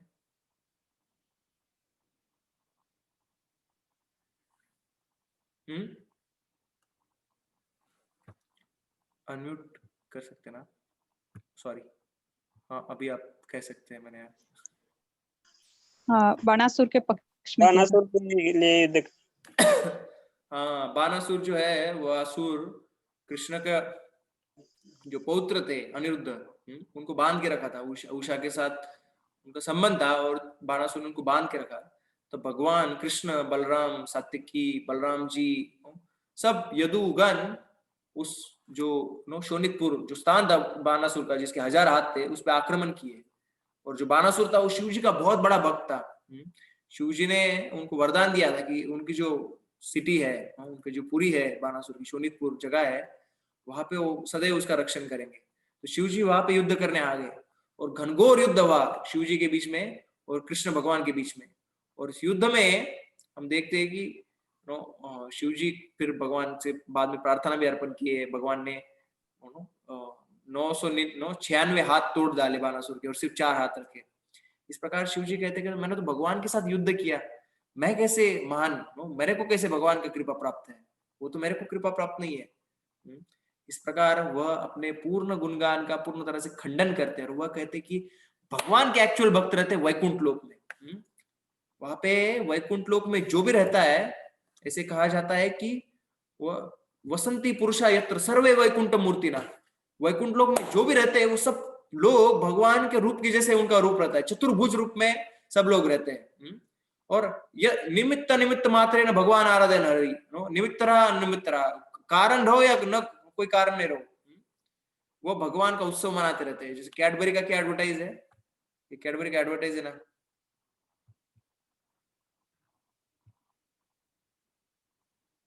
कि आप खाने वाले को खाने का बहाना चाहिए, जो भी खाना चाहता है कैडबरी उसको खाने का बहाना चाहिए।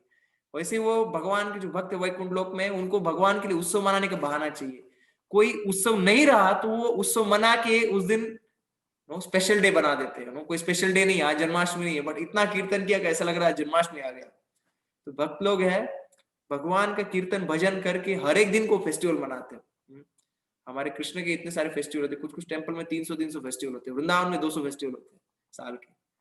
इस प्रकार से वैकुंठ लोक में सदैव भगवान का गुणगान होता रहता है और वो जो लक्ष्मी है सदैव भगवान की सेवा में रममान रहती है। भगवान के उरोभाग है उसमें वो शिवस्य के रूप में आती है और भगवान का सदा संगिनी बन के भगवान के अलग अलग अवतारों के साथ में लक्ष्मी आती है। और इस दुनिया में तो चंचला के रूप में जानी जाती है कि एक जगह पर स्थिर नहीं रहती है, परंतु जो भी भगवान का भक्त रहता है उसको पूर्ण तरह से भगवान जो लक्ष्मी वो सहाय करती है और सदा भगवान के भक्तों के पूर्ण कृपा आशीर्वाद देती है, आध्यात्मिक कृपा आशीर्वाद। इस प्रकार से जो वैकुंठ लोक है वो सर्वश्रेष्ठ जगह है। वहां पे लोगों का जो शरीर है वो सच्चिदानंद रूप से बना हुआ है, उनमें तमोगुण और रजोगुण का एक लवलेश भी नहीं है और आप वहां पे भगवान का कृपा प्राप्त कर सकते हैं। परंतु वही जब नारद मुनि निकले वैकुंठ लोक जाने के लिए तो वहां पे उनको कहे कि अरे आपको वैकुंठ लोक जाने की जरूरत नहीं है, वही वैकुंठ लोक के भगवान कृष्ण और रुक्मिणी यहाँ पे द्वारका में पधारे और वहां पे भगवान है। और वो सोचे फिर द्वारका जाए तो वो कहे मैं आपके कान में बताता हूँ, भगवान की लक्ष्मी इतनी बड़ी भक्त है और उससे भी एक बड़ा भक्त है जो भगवान के सबसे बड़ा भक्त है। तो वो कहे वो कौन सा भक्त है? नारद मुनि पूछे तो वो कहे वो प्रहलाद महाराज। प्रहलाद है भगवान के सबसे विशुद्ध भक्त है, सब भक्तों में सर्वश्रेष्ठ भक्त ऐसे कहा गया प्रहलाद जी को। उनने नरसिंह देव का हृदय जीत लिया। जब नरसिंह देव प्रकट हुए तो उनको ब्रह्मा जी हुए, लक्ष्मी जी हुए, सब देवता हुए, शिव जी हुए, कोई भी उनको शांत नहीं कर पा रहा था। परंतु जैसे ही प्रहलाद महाराज उनके सामने आए तो भगवान का हृदय पूर्ण तरह से द्रवित हो गया वहां पे। और भगवान 7वें स्कंद के एक श्लोक में कहते कि प्रहलाद तुम्हारे से बढ़कर और कोई भक्त नहीं मेरा, तुम मेरे सबसे सर्वश्रेष्ठ भक्त हो। इस प्रकार से गुणगान वहां पे भगवान साक्षात भगवान प्रहलाद जी का किए हुए हैं। और इस प्रकार से हम देखते हैं कि प्रहलाद को पूर्ण कृपा मिला भगवान का और भगवान ने उनको कहा कि हम देखते हैं कि हरे कृष्ण हम देखते कि जो प्रहलाद है उनको भगवान मुक्ति देना चाहते थे, परंतु प्रहलाद क्या कहे, मैं क्या आपके वणिक हो क्या, मैं क्या बिजनेस है क्या हमारे बीच में कि मैं आपको भक्ति करूंगा, आप मेरे को मुक्ति देंगे, आप मेरे को भुक्ति देंगे, या आप मेरे को भोग विलास देंगे।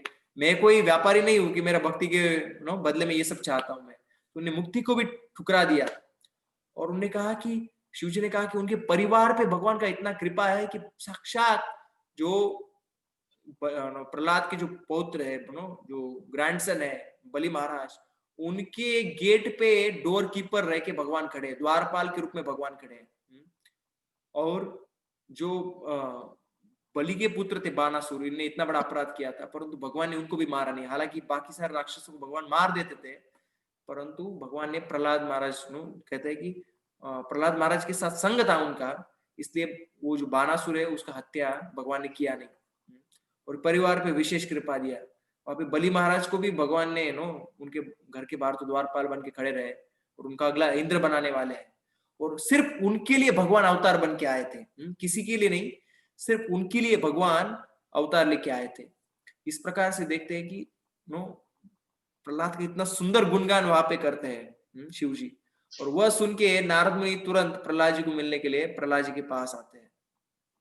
और प्रहलाद जी नारद मुनि को देखते तो इतने खुश हो जाते हैं, अरे मेरे गुरु आज यहाँ पे आए। और गुरु अपने शिष्य को देख के इतना खुश हो जाते हैं, वो तो उनका आशीर्वाद देना चाहते हैं, परंतु शिव जी उनको पहले बता रहे थे कि आप उनका पैर मत छूना, वो बिल्कुल पसंद नहीं करेंगे, don't try to touch his lotus feet, क्योंकि आप उनके गुरु, आप उनके वरिष्ठ, और प्रहलाद इतने नम्र भक्त है, तो उनको गले से लगाते हैं और उनको वापस अश्रुपात होता है, और इतना प्रेम का वो they exhibit so much of love for each other। और वहां पे जो प्रहलाद महाराज है उनको कहते हैं नारद मुनि की, प्रहलाद आप सब भक्तों में सर्वोत्कृष्ट भक्त हो, सबसे ज्यादा भगवान का कृपा प्राप्त हुआ है इस दुनिया में, तो आप पे कृपा प्राप्त हुआ है। जो कृपा ब्रह्मा, शिव जी, लक्ष्मी किसी को नहीं मिला, वह कृपा प्रहलाद जी आपको भगवान ने दिया है। और आपने कैसे मुक्ति को ठुकराया, मुक्ति प्राप्त नहीं किया, और पूर्ण तरह से आपका रक्षा बचपन से हर एक क्षण बार बार आपका रक्षा भगवान ने किया। इस प्रकार से बहुत सुंदर यहाँ पे गुणगान नारद मुनि प्रहलाद जी का करते हैं। तो प्रहलाद जी उनको कहते हैं कि अरे मैं कौन सा कहा का अच्छा भक्त, मैं तो बचपन में बाल्य अवस्था में भगवान का भक्ति किया, जहाँ पे किसी को कुछ समझता नहीं, मेरे को तो कोई अच्छा ज्ञान भी नहीं था, उस समय भगवान का भक्ति किया। और मैंने क्या भक्ति किया, क्या सेवा किया मैंने, कुछ भी सेवा नहीं कर पाया, सिर्फ भगवान का नाम स्मरण की कोई प्रैक्टिकल चीज किया मैंने। मंदिर में रहते मैनेजर रहते तो कहते हैं अरे कुछ प्रैक्टिकल चीज भी करो, दिन भर थोड़ी ना जप करने गया पूरा दिन। प्रभुपाद कहते थे पूरा दिन जप कर कोई कर सकता है तो कर सकता है, परंतु प्रभुपाद कहते कोई सोएगा जप के नाम पे तो वो अच्छी बात नहीं, फिर उसको सेवा करना चाहिए। तो कहते मैंने क्या सेवा किया भगवान का, एक बार भगवान आए, मैंने उनका दर्शन, मैंने उनको सेवा में लगाया मेरे पिताजी को मारने के लिए, मेरे लिए उनको बार बार आना पड़ा। For me, he had to come so many times. So what would I have done? So like this, Prahlad Maharaj is like, I am not a special devotee actually who has got the favor of the Lord. ऐसे नहीं कि मेरे को बहुत बड़ा भगवान का कृपा प्राप्त हुआ है। और वह कहते हैं कि जो बलि है उसके बाहर वामन देव खड़े हैं, परंतु वो भी ऐसे नहीं कि पूरे टाइम खड़े रहते हैं, वो कभी रहते हैं कभी नहीं रहते हैं। Is not there all the time. जैसे हनुमान जी को इतना साल सेवा करने का चांस मिला, मैं तो कुछ क्षण ही मेरे भगवान के साथ में रहा। इस प्रकार से वो कहते हैं। और वो कहते हैं कि मेरे को भगवान ने राज्य दिया, ये क्या कृपा का लक्षण है क्या? भगवान तो भागवतम में कहते हैं कि जिसपे मैं कृपा करता हूं उसका सब कुछ मैं हरण कर लेता हूं। यस्याम अनुग्रहणामयि तद्धनम हरिशेष नहीं, whatever from where I bestow mercy, जिसपे भी कृपा करता हूं उसका सब कुछ छीन लेता हूं। और भगवान ने इस कृपा के बदले में मुझे राज्य दिया है, तो क्या फायदा इस राज्य का? मेरे को तो भगवान की भक्ति से भुला देगा। इस प्रकार का कृपा है वे। और बार बार मैंने ही उनसे सेवा ग्रहण किया, हालांकि मुझे भगवान का सेवा करना चाहिए, मैंने ही भगवान का सेवा ग्रहण किया। तो इस प्रकार से वो कहते हैं कि मैं भगवान का भक्त नहीं हूँ, भगवान के सर्वश्रेष्ठ भक्त को आपको मिलना है तो आप हनुमान जी को जाके मिलिए। जो हनुमान जी है वो भगवान के सबसे श्रेष्ठ भक्त है। हनुमान जी वो हजारों साल तक भगवान का सेवा किए। इस प्रकार से देखते हैं कि प्रहलाद महाराज बाकी सब भक्तों को हमने जैसे देखा, वह भी उनका गुणगान को खंडन कर रहे हैं। और वो कह रहे हैं कि मैं भगवान का सबसे कृपा प्राप्त भक्त नहीं हूँ, मैं तो भगवान को कोई प्रैक्टिकल सेवा नहीं किया। जो जो हनुमान जी है वो भगवान के दास बने, भगवान की छाता बने, भगवान के आसन बने, भगवान के दूत बने, भगवान के रक्षक बने, भगवान के लिए युद्ध किए, भगवान के मैसेंजर बने। इस प्रकार से अलग अलग प्रकार से हनुमान जी ने भगवान का सेवा किया और पूर्ण तरह से भगवान की सेवा में वो मग्न रहे।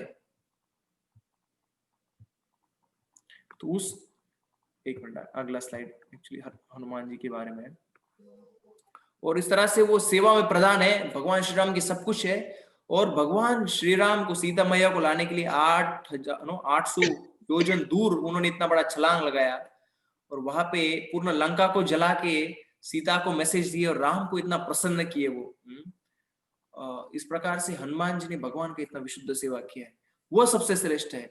और उन हनुमान जी का आप किम पुरुष लोग जाके उनका आप कृपा लीजिए, वो सबसे बड़े कृपा प्राप्त भगवान के भक्त है। हम देखते कि हनुमान जी इतने स्पेशल है कि आप देश विदेश में कहाँ पे भी जाओ, भारत में भी इतने प्रकार के संप्रदाय है, परंतु सब संप्रदाय के लोग मानते हैं कि हाँ ना, हनुमान जी उस भगवान के सब सर्वश्रेष्ठ भक्त है। हनुमान जी इज वंडरफुल, वो बहुत मधुर है, बहुत प्रिय है, बहुत अच्छे है। तो राम से भी ज्यादा मानने वाले लोगों का, आप हमारा इस्कॉन जू का जो फेसबुक पेज है आप देखोगे, अब राम भगवान का जब दर्शन रहता है तो उसको प्रॉब्ली कभी कभी 1 लाख लाइक्स रहेगा, और जो हनुमान जी का दर्शन आता है तो उसको 3 लाख लाइक रहेगा। इस प्रकार से हनुमान जी सबको इतने प्रिय हो चुके हैं, सब लोग हनुमान जी को इतना चाहते हैं। बचपन में भी मैं भगवान का नहीं, मैं हनुमान जी का हनुमान चालीसा गाता था। हम देखते इतना सारे लोग हनुमान जी का गुणगान करते और इतना सारा हनुमान जी का मंदिर है बना हुआ। महाराष्ट्र में तो बहुत सारा मंदिर है हनुमान जी का, राम जी के मंदिर से भी ज्यादा हनुमान जी का मंदिर है, हम देखते हैं। तो इस प्रकार से हनुमान जी ने भगवान का सेवा किया था। और नारद मुनि अभी उनको मिलने के लिए किम पुरुष लोग जाने वाले हैं नो, तो कल उनके बीच में क्या संवाद हुआ हम कल जानेंगे, क्योंकि 9 बज रहा है। हरे कृष्णा। तो आपका कोई प्रश्न है तो यहाँ पे आप पूछ सकते हैं। हरे कृष्ण। हरे कृष्णा। तो आज के पहला दिन का कथा था।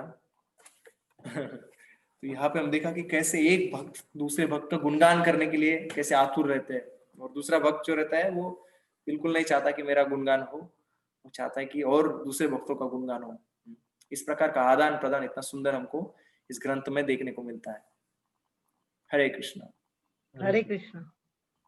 कोई प्रश्न है आपका किसी का? क्या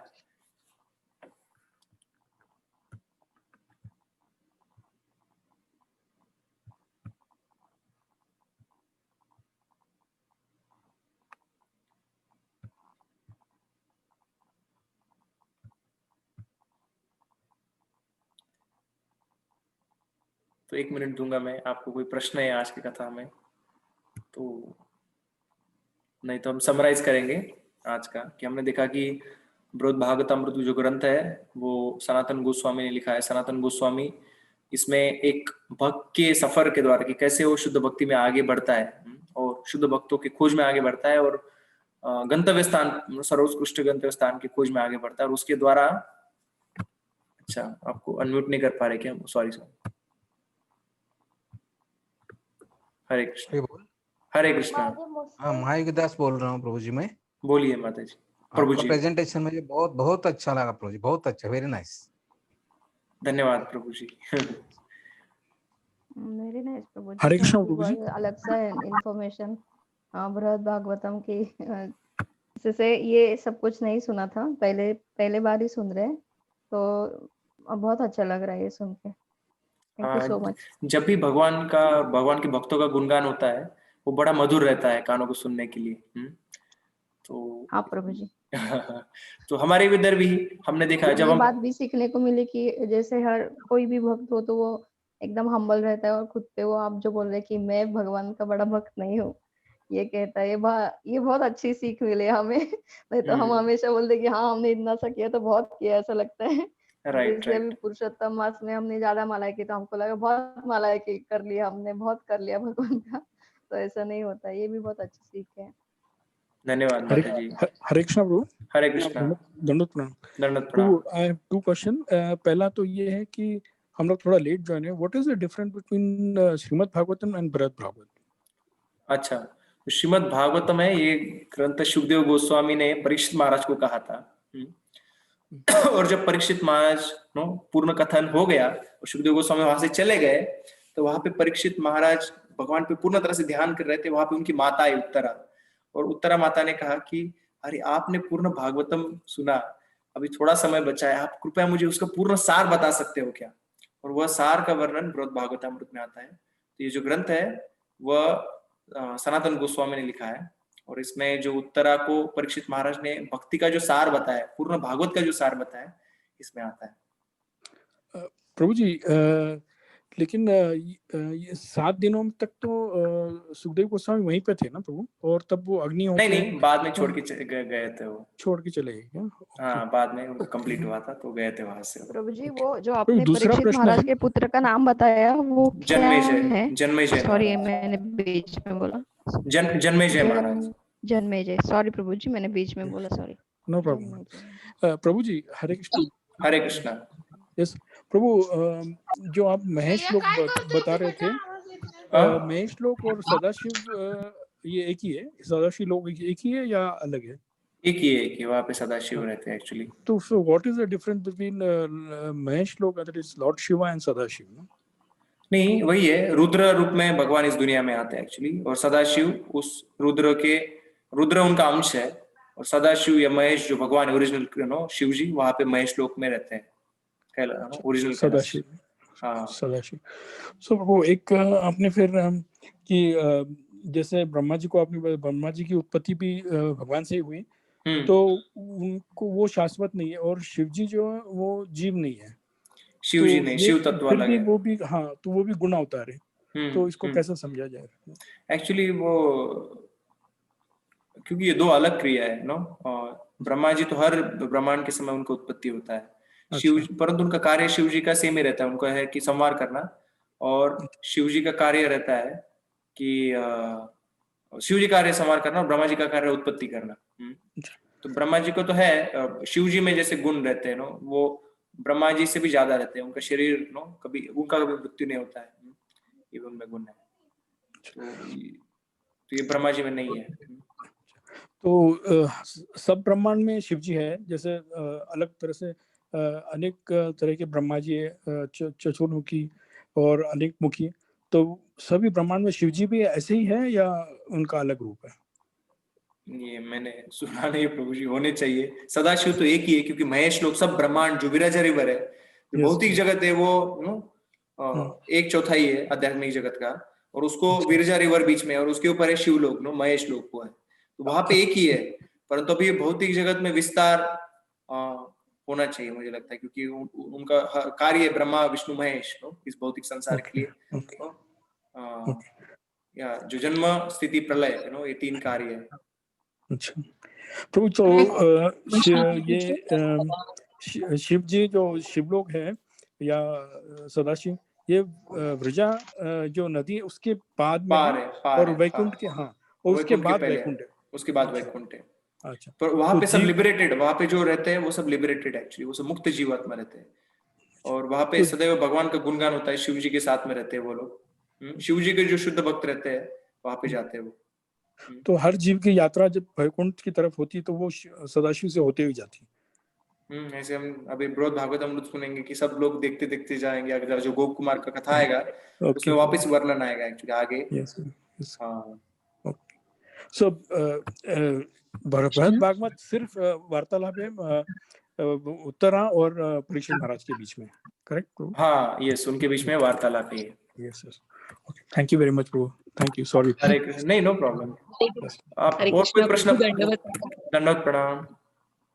सॉरी, मुझे बहुत ये मेरा बहुत ही मुझे अच्छा लगता है ये ग्रंथ। मैंने पढ़ा है बट 2-3 साल पहले, तो मुझे ऐसा याद था कि ब्रह्मा जी के जिस अवतार की पूजा करते हैं भगवान के, जो नारायण रूप की, तो वो रहते तो श्वेताश्वर द्वीप पे ही, और यहाँ पे सिर्फ पूजा ग्रहण करने के लिए आते हैं। पर आज सुनते हुए मुझे लगा कि वहाँ पे ब्रह्मा जी जिनकी पूजा करते हैं वो है अवतार, और श्वेताश्वर द्वीप में अलग अवतार है। अलग, श्वेत द्वीप में अलग है। यस, श्वेत द्वीप में भगवान विष्णु वहां पे शेषशाही रहते हैं, शेषनाग के ऊपर शयन करते भगवान, और वहां पे लक्ष्मी देवी का सेवा स्वीकार करते। यहाँ पे जो रहते हैं ब्रह्मलोक में, उनके 1000 सिर ऐसा लिखा है, और हर एक से बहुत सुंदर उनके घुंघराले बाल है, और 1000 सिर अपने 1000 सिर यानी 2000 हाथ हुए उनके, तो सब अपने हाथों से वो जो भी आहुति है उसका स्वीकार करते, ग्रहण करते हैं डायरेक्ट लाइव। हम लोग यज्ञ करते, यज्ञ कुंड में डालते तो भगवान नहीं रहते, परंतु वो साक्षात ग्रहण करते हैं वो वहां पे, ऐसे वर्णन है। अच्छा, तो वो दोनों अलग, मुझे थोड़ा सा वही ये था। तो पुरुष सूक्त में जिनका वर्णन करते हैं वो वही है, या फिर वो कारण दक्षाई विष्णु, या कभी मैंने सुना था कि पुरुष सूक्त में जिनका वर्णन है वो गर्भोदक्षाई विष्णु या कारण दक्षाई विष्णु है, पर जब अभी ये आपने इनका वर्णन किया जो हजारों मुख है उनका, तो उनका वर्णन है पुरुष सूक्त में किसका सहर्ष शिश्र पुरुषा वो आता है वहां पे मोस्ट वही। हाँ, तो मैं ना आपको ये कल कंफर्म करके बताऊं, क्योंकि सहस्त्र शीर्ष किसको कहा गया एक्चुअली। चलेगा? Thank you. हाँ हाँ जी प्रभु जी, बहुत अच्छा लेक्चर था, थैंक यू सो मच। हरे कृष्णा, धन्यवाद। कृष्ण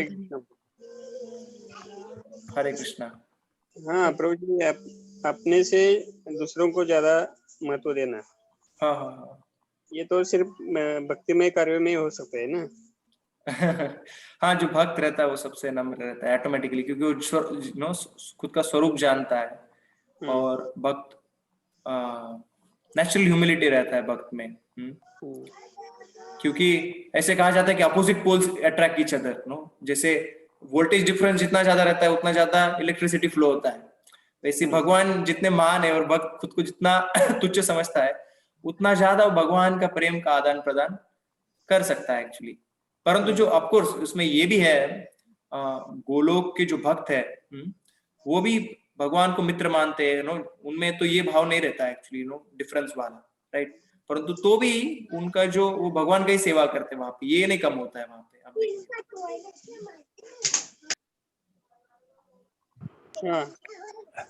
हरे कृष्णा प्रभु। हरे कृष्णा प्रभु जी। तो एक प्रश्न थोड़ा हटकी है। तो अभी हम लोग बृहद भागवत और भगवान की लीलाओं की चर्चा करते आ रहे, पिछले टाइम भी करते आ रहे। तो एक प्रश्न उठता प्रभु, जो जीव वैकुंठ से ये मटेरियल वर्ल्ड में आया है, तो वैकुंठ का तो वर्णन जैसे आप बता रहे थे अभी भी, और मैंने पहले भी सुना भी है कि वहां पे ये ईर्ष्या वगैरह कोई भी ये होते ही नहीं ना, गुण होते ही नहीं, राइट। तो हाँ, तो फिर वो उनको उस जीव के अंदर या उस जीव के अंदर ये भावना कहाँ से आई कि उसको भौतिक जगत आना पड़ा ना, क्योंकि ये चीज तो होती ही नहीं होती। तो ये कॉजलेस फुलिशनेस प्रभुपाद एक जगह पे कहते हैं कि उसका कोई कारण नहीं कि ये मूर्खता हमें कैसे आ गई। एक जगह पे ऐसे कहा गया है कि जीवात्मा का सबसे पहला इच्छा हुआ कि भगवान के लिए मैं कुछ हटके बनाऊं, तो वहां पे तो कुछ बनाने का चीज नहीं है बहुत बड़ा ऐसा कुछ हटके बनाने। तो ब्रह्मा जी यहाँ पे पूर्ण यूनिवर्स बनाते, तो सब लोग सबसे पहले ब्रह्मा जी थे, ऐसे कहा जाता है। सबसे पहला जीवन सबका ब्रह्मा जी था। हमने सोचा कि भगवान के लिए पूर्ण यूनिवर्स का निर्माण, परंतु हम अटैच हो गए, जो भी हमने निर्माण किया उससे हम आसक्त हो गए और इस दुनिया में अब अटके पड़े हैं। परंतु यही है कि अभी हमारे आचार्य, अभी जो करंट आचार्य, वो कहते हैं कि अभी कैसे आए, जैसे किसी को कोरोना हो गया, हम लोग मंदिर में रह रहे हैं और कुछ भक्तों को कोरोना हुआ, तो हमने तो बहुत स्ट्रिक्ट लॉकडाउन किया था और हम सब कुछ सब्जी धो के लेते थे, 3 दिन कोई भी चीज आया वो बाहर ही रखते थे, तो भी कुछ लोग को कोरोना हो गया। अभी ये पॉइंट नहीं है कि कहाँ से आया वो, उसमें कुछ ज्यादा फायदा नहीं। अभी उपचार ले लो उसका जो भी है वो, और टेक द ट्रीटमेंट, और फिर बाद में बाहर चले जाओ। कैसे हुआ, क्या हुआ, वो इतना सूक्ष्म है कि मुश्किल है वो समझ पाना। परंतु भगवान हमको एश्योरेंस देते गीता में कि यद्गत्वा न निवर्तन्ते तद् धाम परमम, जो भी मेरा। यस प्रभु, 15वें अध्याय। यस, तो प्रभु ये तो this is causeless foolishness, so to say, that means something कुछ तो हो गया जीव में और कृष्णा के बीच में या नारायण के बीच में, जिससे उसको सीधा नीचे आना पड़ा ना। तो समथिंग मस्ट हैव हैपेंड ना। तो इच्छा देश समुत्थान द्वंद्व मोहेन भारत, उसका इच्छा कि मुझे भी भगवान जैसा कोई सेंट्रल। हाँ, लेकिन उसका रूप तो उधर वैसे ही है ना, वो उसका जैसे आप बता रहे कि वैकुंठ में तो उसका सारा रूप ही भगवान जैसा है ना, सब राइट। परंतु भगवान वहां पे सेंटर में है ना। हम अभी पता नहीं हम क्यों वही ऐसा, उसका डायरेक्ट वर्णन नहीं है, परंतु परंतु आचार्य ने ये बताया कि हम लोग ईर्ष्या हुआ या no somehow we got the desire to create separately, 2-3 reason बताए जाते हैं उसमें। तो there is no desire, no Prabhu, that is the call we are hearing ना, कि वहां पे कोई है ही नहीं ना, ये द्वेष है ही नहीं ना, there is no No, duality. not direct, but some desire, no, very like I want to separately serve or I also want similar, no? Okay. And then, but ये बहुत छोटा है एक्चुअली। हम लोग शाश्वत काल का जो समय देखेंगे, उसमें जब भगवत धाम जाएंगे तो ऐसे कहा जाता है, हमको लगेगा अरे कितना खराब सपना था, एक सपने के समान, क्योंकि शाश्वत दिव्य, नो, इतना शाश्वत समय वहां पे कोई समय है ही नहीं, नहीं अत्रापि समय।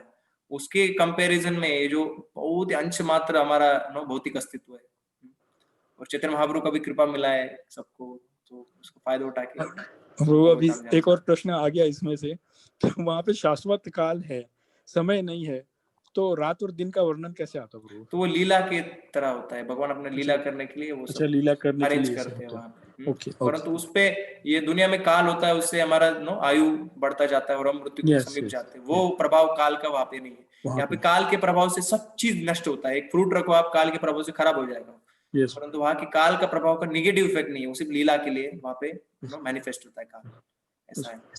माताजी ने सवाल पूछा है यहाँ पे, बृहद भागवतमचे सार आहे, तर याचे वर्णन भागवतम मध्ये आहे का? याचे वर्णन भागवतम मध्ये तर नाहीये डायरेक्टली, परंतु आचार्यांनी सांगितलं त्याच्यावर आपण विश्वास ठेवतो, आणि त्याच्यामुळे मी तुम्हाला तो श्लोक पण दाखवेल उद्या। बृहद भागवतमध्ये सनातन गोस्वामी सांगतात, सनातन गोस्वामी कहते हैं कि यह सब शास्त्र जो अधिकृत प्रामाणिक शास्त्र है उनसे इसमें उद्धरण आते हैं, ये हुआ है, तो उन पर विश्वास रखे, हम जानते हैं कि बृहद भागवतामृत हुआ था।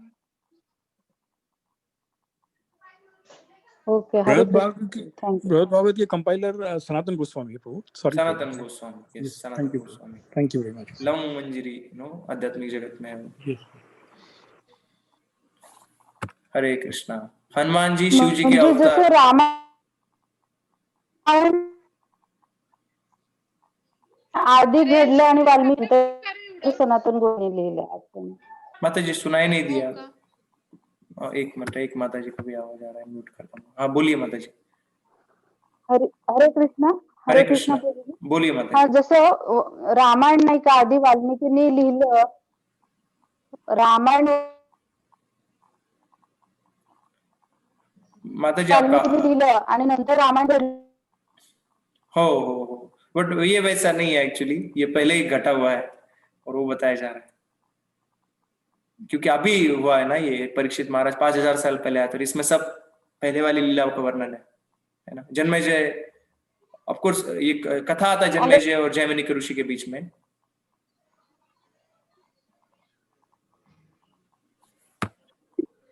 प्रभु जी, ये मराठी में अवेलेबल है क्या अभी? नहीं, ये माताजी मोस्टली नहीं अवेलेबल है, बृहद भागवतामृत अभी तक तो नहीं है। मुझे याद है मैंने 4-5 साल या 7-8 साल पहले मेरे अपने माता पिता के लिए पूरा मराठी में ट्रांसलेशन लिखा था, लेकिन परपोर्ट्स नहीं लिख पाई उनके लिए पूरा बृहद भागवतामृत का। हाँ क्योंकि मुझे बहुत अच्छा लगा था और मेरी बहुत इच्छा थी कि वो पढ़े, तो तब, लेकिन अभी तब से हम लोग हमेशा ये करते हैं कि कभी आएगा तो तब परपोर्ट्स भी वो पढ़ पाएंगे। तो अभी गोपी परंदन प्रभु और भानु महाराज इन्होंने इसके ऊपर बहुत सुंदर परपोर्ट लिखे, और ये परपोर्ट जो है वो सनातन गोस्वामी के परपोर्ट्स एक्चुअली, दिग्दर्शन टीका जो है। अरे बहुत ही अच्छा। तो वो, हाँ, ये वाले तो मैंने इंग्लिश के पढ़े हैं, पर ये कोई अलग भी बुक है आप बोल रहे हो? गोपी नहीं, वही बुक है, वही है। हाँ, वही, वो परपोर्ट बहुत ही सुंदर है, तो वो इंग्लिश में थे तो वो नहीं पढ़ पा रहे थे, तो इसीलिए। नहीं, अभी तक तो नहीं माताजी, बट भगवान की कृपा से होना चाहिए जल्दी। Thank you. हरे कृष्णा। अभी आखिरी एक सवाल, 9:15 हो गया एक्चुअली, सॉरी थोड़ा लेट हो गया है। हरे कृष्णा। हनुमान जी शिव जी के अवतार है ना, तो शिव जी भगवान के बड़े भक्त हुए ना, तो हनुमान जी शिव जी के अंश अवतार ऐसे कहा जाता है। एक्चुअली कोई अवतार आता है तो कभी कभी उनमें दूसरे, जैसे देवकी और वसुदेव है तो पुष्णिगर्भ वैसे कहा जाता है, वो भी उनमें आए, तो कैसे आए वो, धरा और पुष्णिगर्भ, तो वो अंश मात्र से आए एक्चुअली उनमें। तो कभी कभी जब एक व्यक्ति जब वहां पे अवतार लेता तो दूसरों का आवेश लेके आता है, कभी अंश मात्र में भाव लेके आता है, वो भी रहता है। तो हनुमान जी तो शाश्वत उनका व्यक्तित्व है एक्चुअली, ऐसे नहीं कि टेम्पररी। हनुमान जी शाश्वत काल के लिए। तो आध्यात्मिक जगत में भी हनुमान जी रहते हैं। साकेत धाम है, वहां पे भी हनुमान जी रहते हैं।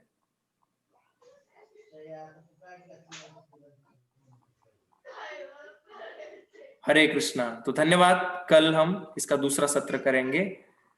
हरे कृष्णा कृष्णा कृष्णा हरे हरे, हरे राम राम राम हरे हरे। बहुत बहुत धन्यवाद। आप मुझे आके आप एनकरेज कर रहे हैं एक्चुअली। धन्यवाद आपका प्रभु। हरे कृष्णा। धन्यवाद गुरु जी। धन्यवाद प्रभु दिवांशा कल्पतरु। हरे कृष्णा। धन्यवाद। Hare Krishna. Hare Krishna Prabhu ji. Hare Krishna Prabhu ji. Hare Krishna Prabhu ji, thank you very much. Thank you very much for Hare being here. Krishna Prabhu ji, दंडवत, हरि बोल। हरे कृष्णा। हरे दंडवत कृष्णा प्रणाम। प्रभु जी, दंडवत प्रणाम। दंडवत प्रणाम प्रभु जी। हरे कृष्णा प्रभु जी, धन्यवाद। हरे कृष्णा प्रभु जी। हरे कृष्णा। दंडवत प्रणाम माता जी। बहुत अच्छा एक्सप्लेन किया आपने। धन्यवाद धन्यवाद नेहमीच्या भागवतापेक्षा हे फार छान वाटलं प्रभू. धन्यवाद प्रभू जी, ऐकून आनंद झाला. हरे कृष्ण. हरे कृष्णा हरे कृष्णा. हरे कृष्णा. दंडवत प्रणाम. दंडवत प्रणाम.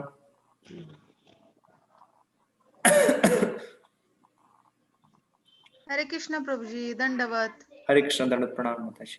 हरि बोल प्रभू जी, खूप छान सांगितलं. धन्यवाद धन्यवाद. हा. तुमच्या कृपेने काहीतरी 2 शब्द प्रयत्न केला.